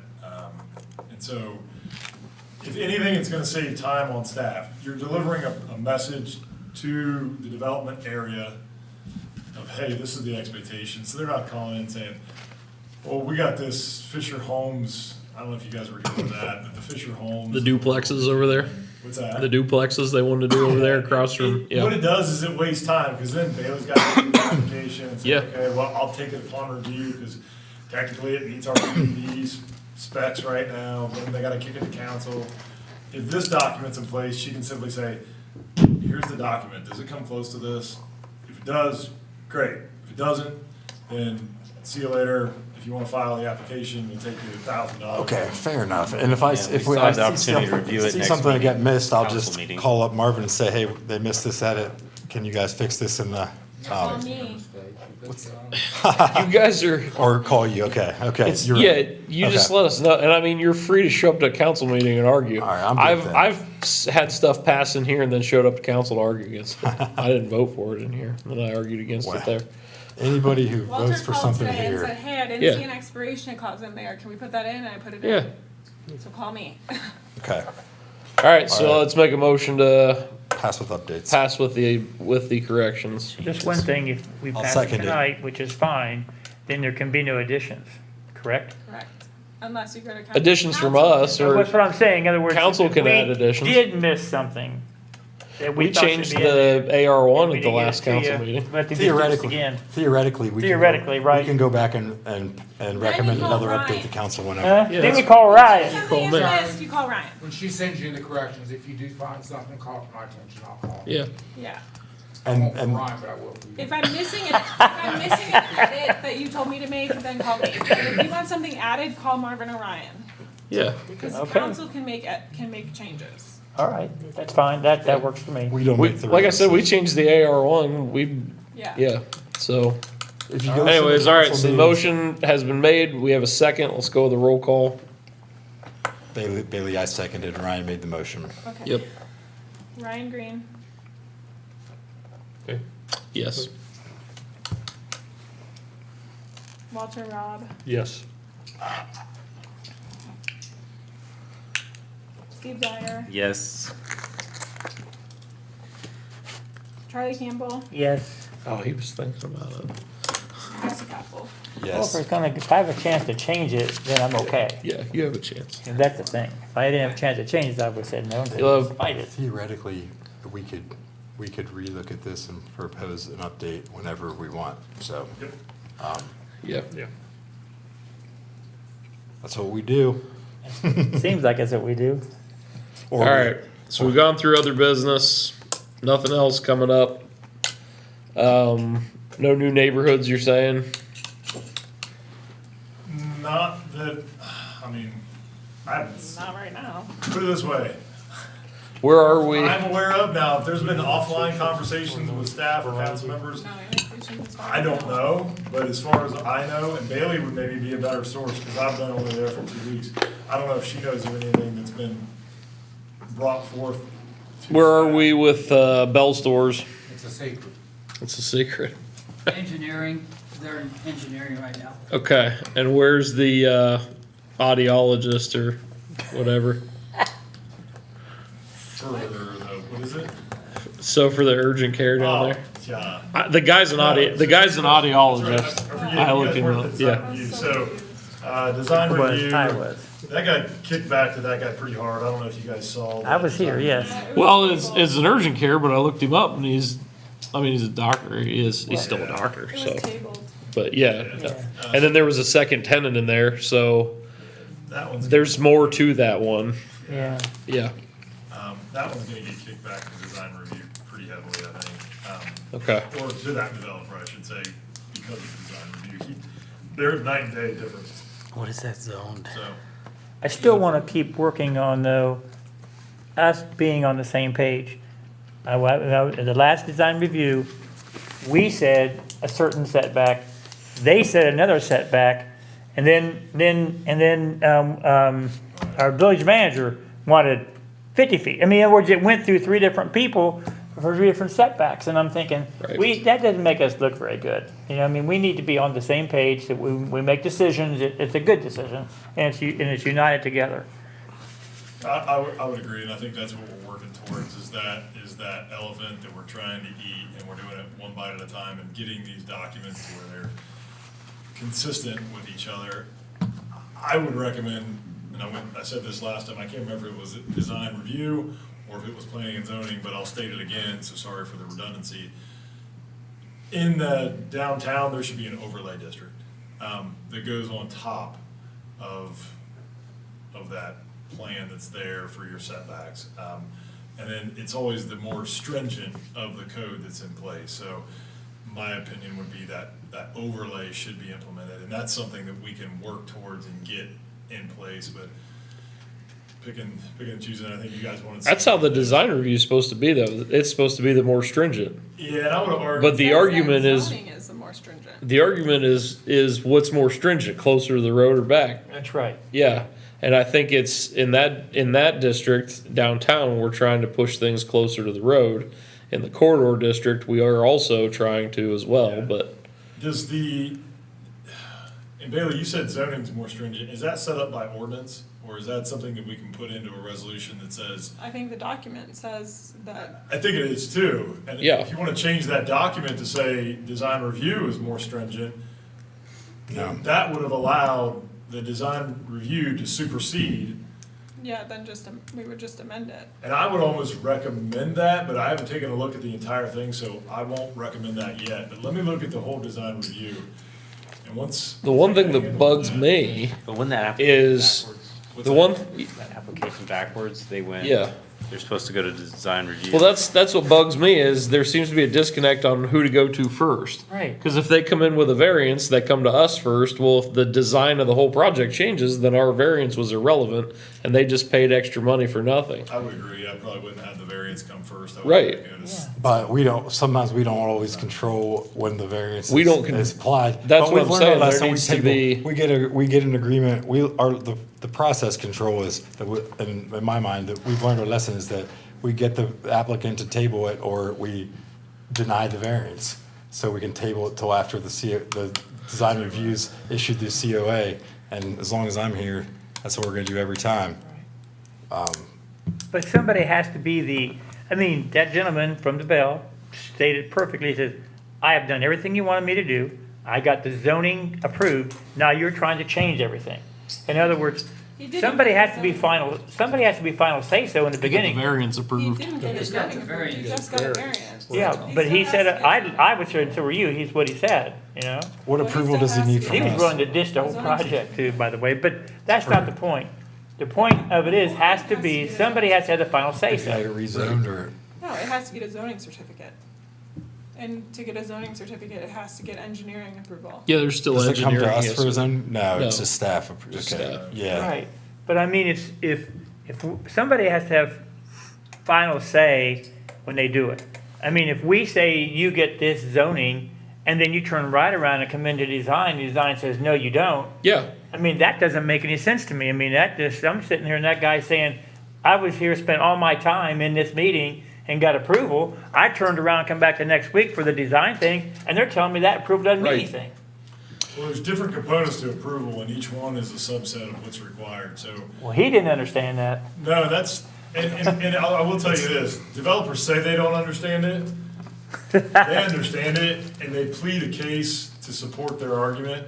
And they're gonna tell you that they've met all the requirements, whether they Yeah. have or they haven't, because they wanna get an approval.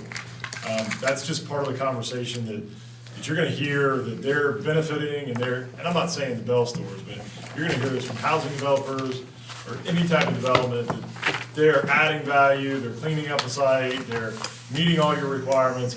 It's just part of the verbiage that they're gonna use in order to get you to nod your head and say yes. Charlie, you talking about the Bell store? yeah.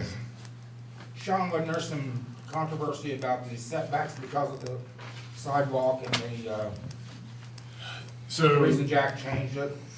The sidewalk and, or the right of way.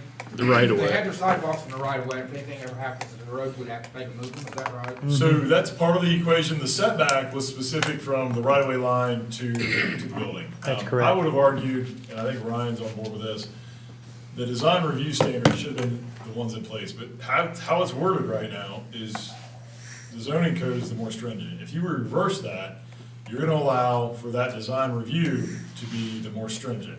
That will clarify and I think get things where you want them to be. That would be something that probably needs to be done sooner than later, to get that where you want it to be. The other part of that was, they're gonna have to submit a site plan. So you got these layers, you got design review, then you got site plan, then you got engineering, then you got landscape, and then you got lighting. And they're all things that have to be approved. Now, all those things don't have to go before a board if they meet all the requirements that are set forth. So landscaping, if they meet all the requirements, you don't get a say-so. Thing that Bailey and I just talked about today, and I would recommend this be on the next agenda for you guys to work on. Your green space requirement in your GCC one area is only 10, I think it's 10%. Now, in the downtown district, maybe because it's the downtown, the proximity, but in your GCC two, I think it's 10% as well. That's out where. In the you're- current zoning. Yeah, current Yeah. zoning. Okay, well, what about the new one though? So that's the thing, we started addressing all this in the new one. All that So was would be lost. something that It's we not would- lost yet, we just need to reconcile the data there. Yep, so I would say getting that to be at least a 20%, at least. Yeah. Get you a little bit better product. I can tell you what it is. I've got the You same can have a copy. terrible looking building, but if you landscape it, it really makes a difference. The street view of it really has an impact if you can add more green space to it. So getting that stuff uploaded quickly is something that we're gonna work on. That downtown area, like I said, maybe that 10%'s fine. Landscaping was one of those, what was another one? Well, downtown, ideally, there shouldn't be much to landscape, your building should take up the whole lot. Right. Well, and I think that's where you have to get to the overlay district, because in the downtown, you have GCC one districts that are more expansive than your downtown. So if you put that overlay district in, then you can say, okay, anything GCC one in the overlay district. GCC one comes clear down to Jesse's house. Yeah. Right, so then When it you doesn't put make these- sense down there, so. These new draft stuff before us, are you referencing some of the updates that we did? Okay, I figured Oh, you yeah. were. Yeah. So All right. 'Cause back I to didn't Marvin. specifically So there's the compare site that plan, this so time, that'll but I be should've. the sidewalk, even though in their drawing to you was outside of their property line, at the end of it, it will have to be put into theirs. So What that does to their parking and their setbacks, where that's all at, they're gonna have to figure that out, and they're gonna have to make it work. Now, I would argue 5 feet, that's navigable.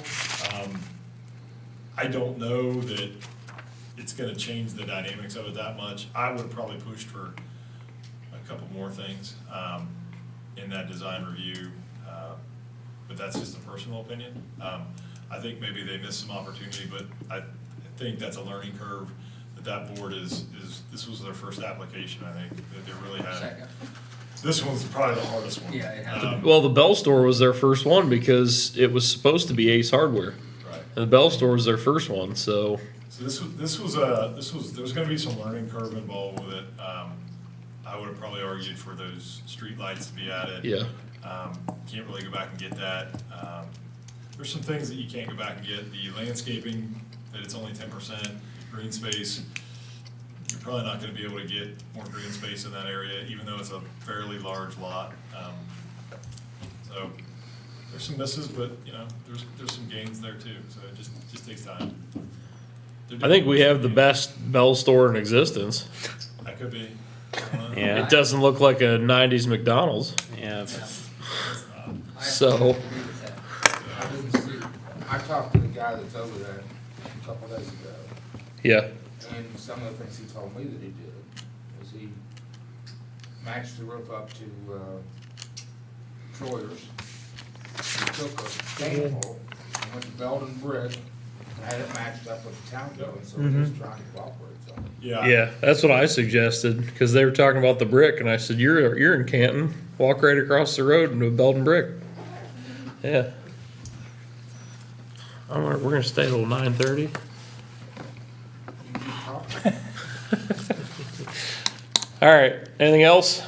Any other pressing issues? So next time we have, so no applications looking like, but, Not yet. so not yet, some will come up. We'll have, what, signs is next? Okay. And we made our motion to pass PUD. Well, that's through, all right, so. And then what's after signs?